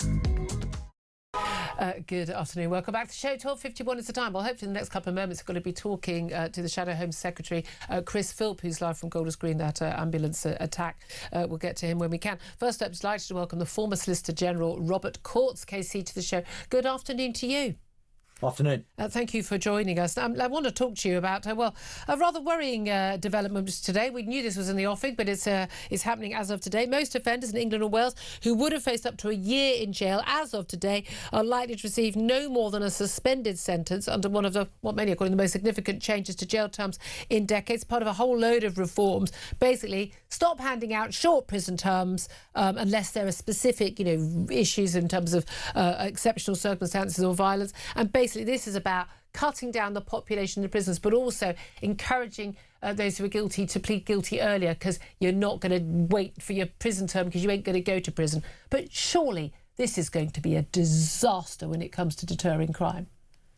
Yes, that's right. It's counter to what the public would expect and would want to see at the moment. One of the gravest concerns that everyone has is that there's the feeling of an epidemic of, in the scheme of things, relatively low-level offending, but that is very serious to the people who are affected by it. And this runs utterly counter to what people want, which is to see that being tackled. Yeah. Now, you need to see a package of measures to be put into effect to allay people's concerns and to deal with those offenders who are serving sentences of about a year to 2 years. There is a tough case to be made for rehabilitating people so they don't offend again, but that has to go hand in glove with ensuring that the public are reassured that that offending is being. But we're often told, aren't we, that, jail doesn't work because people come out and reoffend. But this is nonsense. While they're behind bars, they're not committing those crimes. And often people don't go behind bars until they've, certainly with shoplifting, they've committed, 10, 20, 30, 40 offences, at which point they're a repeat offender. Of course they're going to offend again. And I know certainly when it comes to things like shoplifting, a lot of the local shops in my high street, they say, we don't bother calling the police because the police aren't going to turn up. And even if they do, they're not going to arrest the guy. And the police basically are saying, there's no point arresting him because he's not going to get charged. There's a whole load of paperwork, and even if he's not actually going to go to courts, and even if he does go to court now, he's not going to face a prison sentence. And the thing is, it's this idea, isn't it, that this stuff is, because it's under a year, that it's petty crime. But actually, this is blighting people's lives. It makes people feel unsafe. It's making some businesses unviable, and it can also often involve things like domestic violence. And it can involve assault. Yes, that's right. And you're right to isolate the phrase petty crime there, because what is called low-level offending in terms of the length of the sentence, i.e. compared to murder or rape or really serious offences, doesn't mean that that is a unimportant crime in and of itself, because it's that relatively low level public order effect that has a really deleterious effect on high streets and on people's confidence, upon their ability to feel, do we live in a society where things are ordered, where if you call the police something happens, where you are being protected by the state. So that ultimately is what everybody does, is they hand over the responsibility for looking after themselves, their homes, their businesses, their families to the state, and they need to have the confidence that the state is able to deal with it. I'm pretty sure that people don't feel that right now. Robert Courts, KC, former Solicitor General, thank you so much for joining us. Right now, let's turn our attention back to that attack on those 4 ambulances provided by a Jewish charity in North London in Golders Green. Live for us right now is Shadow Home Secretary, Conservative MP Chris Philp. A very good afternoon to you. Good afternoon, Julia. Thank you for joining us. Look, we've had the Prime Minister, we've had the leaders of all the main parties all talking about how this is a deeply shocking anti-Semitic arson attack. We've got the police saying it's being treated as a hate crime, but it is being investigated by counter-terrorism police, but they're not designating it a terror attack at the current time. But it is a terror attack, isn't it? Well, it certainly looks that way, and the fact counter-terror police are investigating it suggests the police think there's a pretty good chance that is the case. as well. Look, I think we need more than words now. We've heard words so many times after hateful anti-Semitic attacks in the past. Yet, of course, this comes on top of the appalling Islamist murder at the Heaton Park Synagogue in Manchester just a couple of months ago. We've seen a surge in anti-Semitism since October the 7th in particular. So words aren't enough. We need to see the police taking more proactive action to identify plots targeting the Jewish community in advance, using enhanced surveillance powers that might ordinarily be used against terrorism or state threats. In addition to that, we need to see a lot more robust policing of the marches in London, where calls for jihad and intifada, I think, risk inflaming anti-Semitic hatred, because calls for jihad and intifada are calls for violence. If it turns out the perpetrators in this case are not British citizens, then I would like to see them, frankly, deported after they've served a very long prison sentence. Yes, well, good luck with all of that. Wouldn't that be great? I mean, this is the issue, isn't it?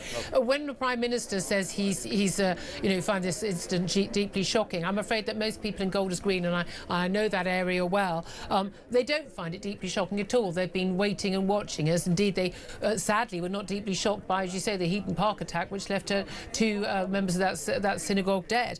But because we've seen, those marches on the streets, we've seen the hatred online, we've seen politicians, let's face it, rewarding Hamas in Gaza for their attack on October the 7th on Jewish people and Israelis with Palestinian recognition. And we've seen the coverage in the media, BBC, Sky and others, and the demonisation of Israel, which is, again, driving an awful lot of this. Are we too far gone now? Is it just gone too far in this country now that we can't actually row this back? No, I think it can be recontained if the government is prepared to take robust action. And that means, for example, if people in the UK who are not British citizens express anti-Semitism or support for violence or terrorism, they should be deported. We need to have zero tolerance for anti-Semitism, where people do things like what happened here last night. They need to serve a very, very long time in prison. And as I said already, the police need to be more active. We need to be much less tolerant of hatred being expressed in some of these marches, including things like calls for jihad and intifada, which are expressly calls for violence. If we change our approach in that way, I do think this can be recontained, but it requires active and energetic action by the government and by the police. Are you hopeful at all that action will be taken? Well, look, I'm going to be in Parliament in just a couple of hours' time. We've got Home Office questions, and I'll be putting this to the Home Secretary. She is obviously in charge of policing, counter-terrorism, and I will be putting these points to her and pressing her to make sure this does happen as quickly as possible. OK, really good for you to join us. Shadow Home Secretary there, Chris Philp, joining us live from Golders Green, obviously, where they had that attack on that ambulance station. Benedict Spence still with me. Just give a reaction to that. I mean, I agree with an awful lot of what you said. Apart from that, I'm just not hopeful this government is going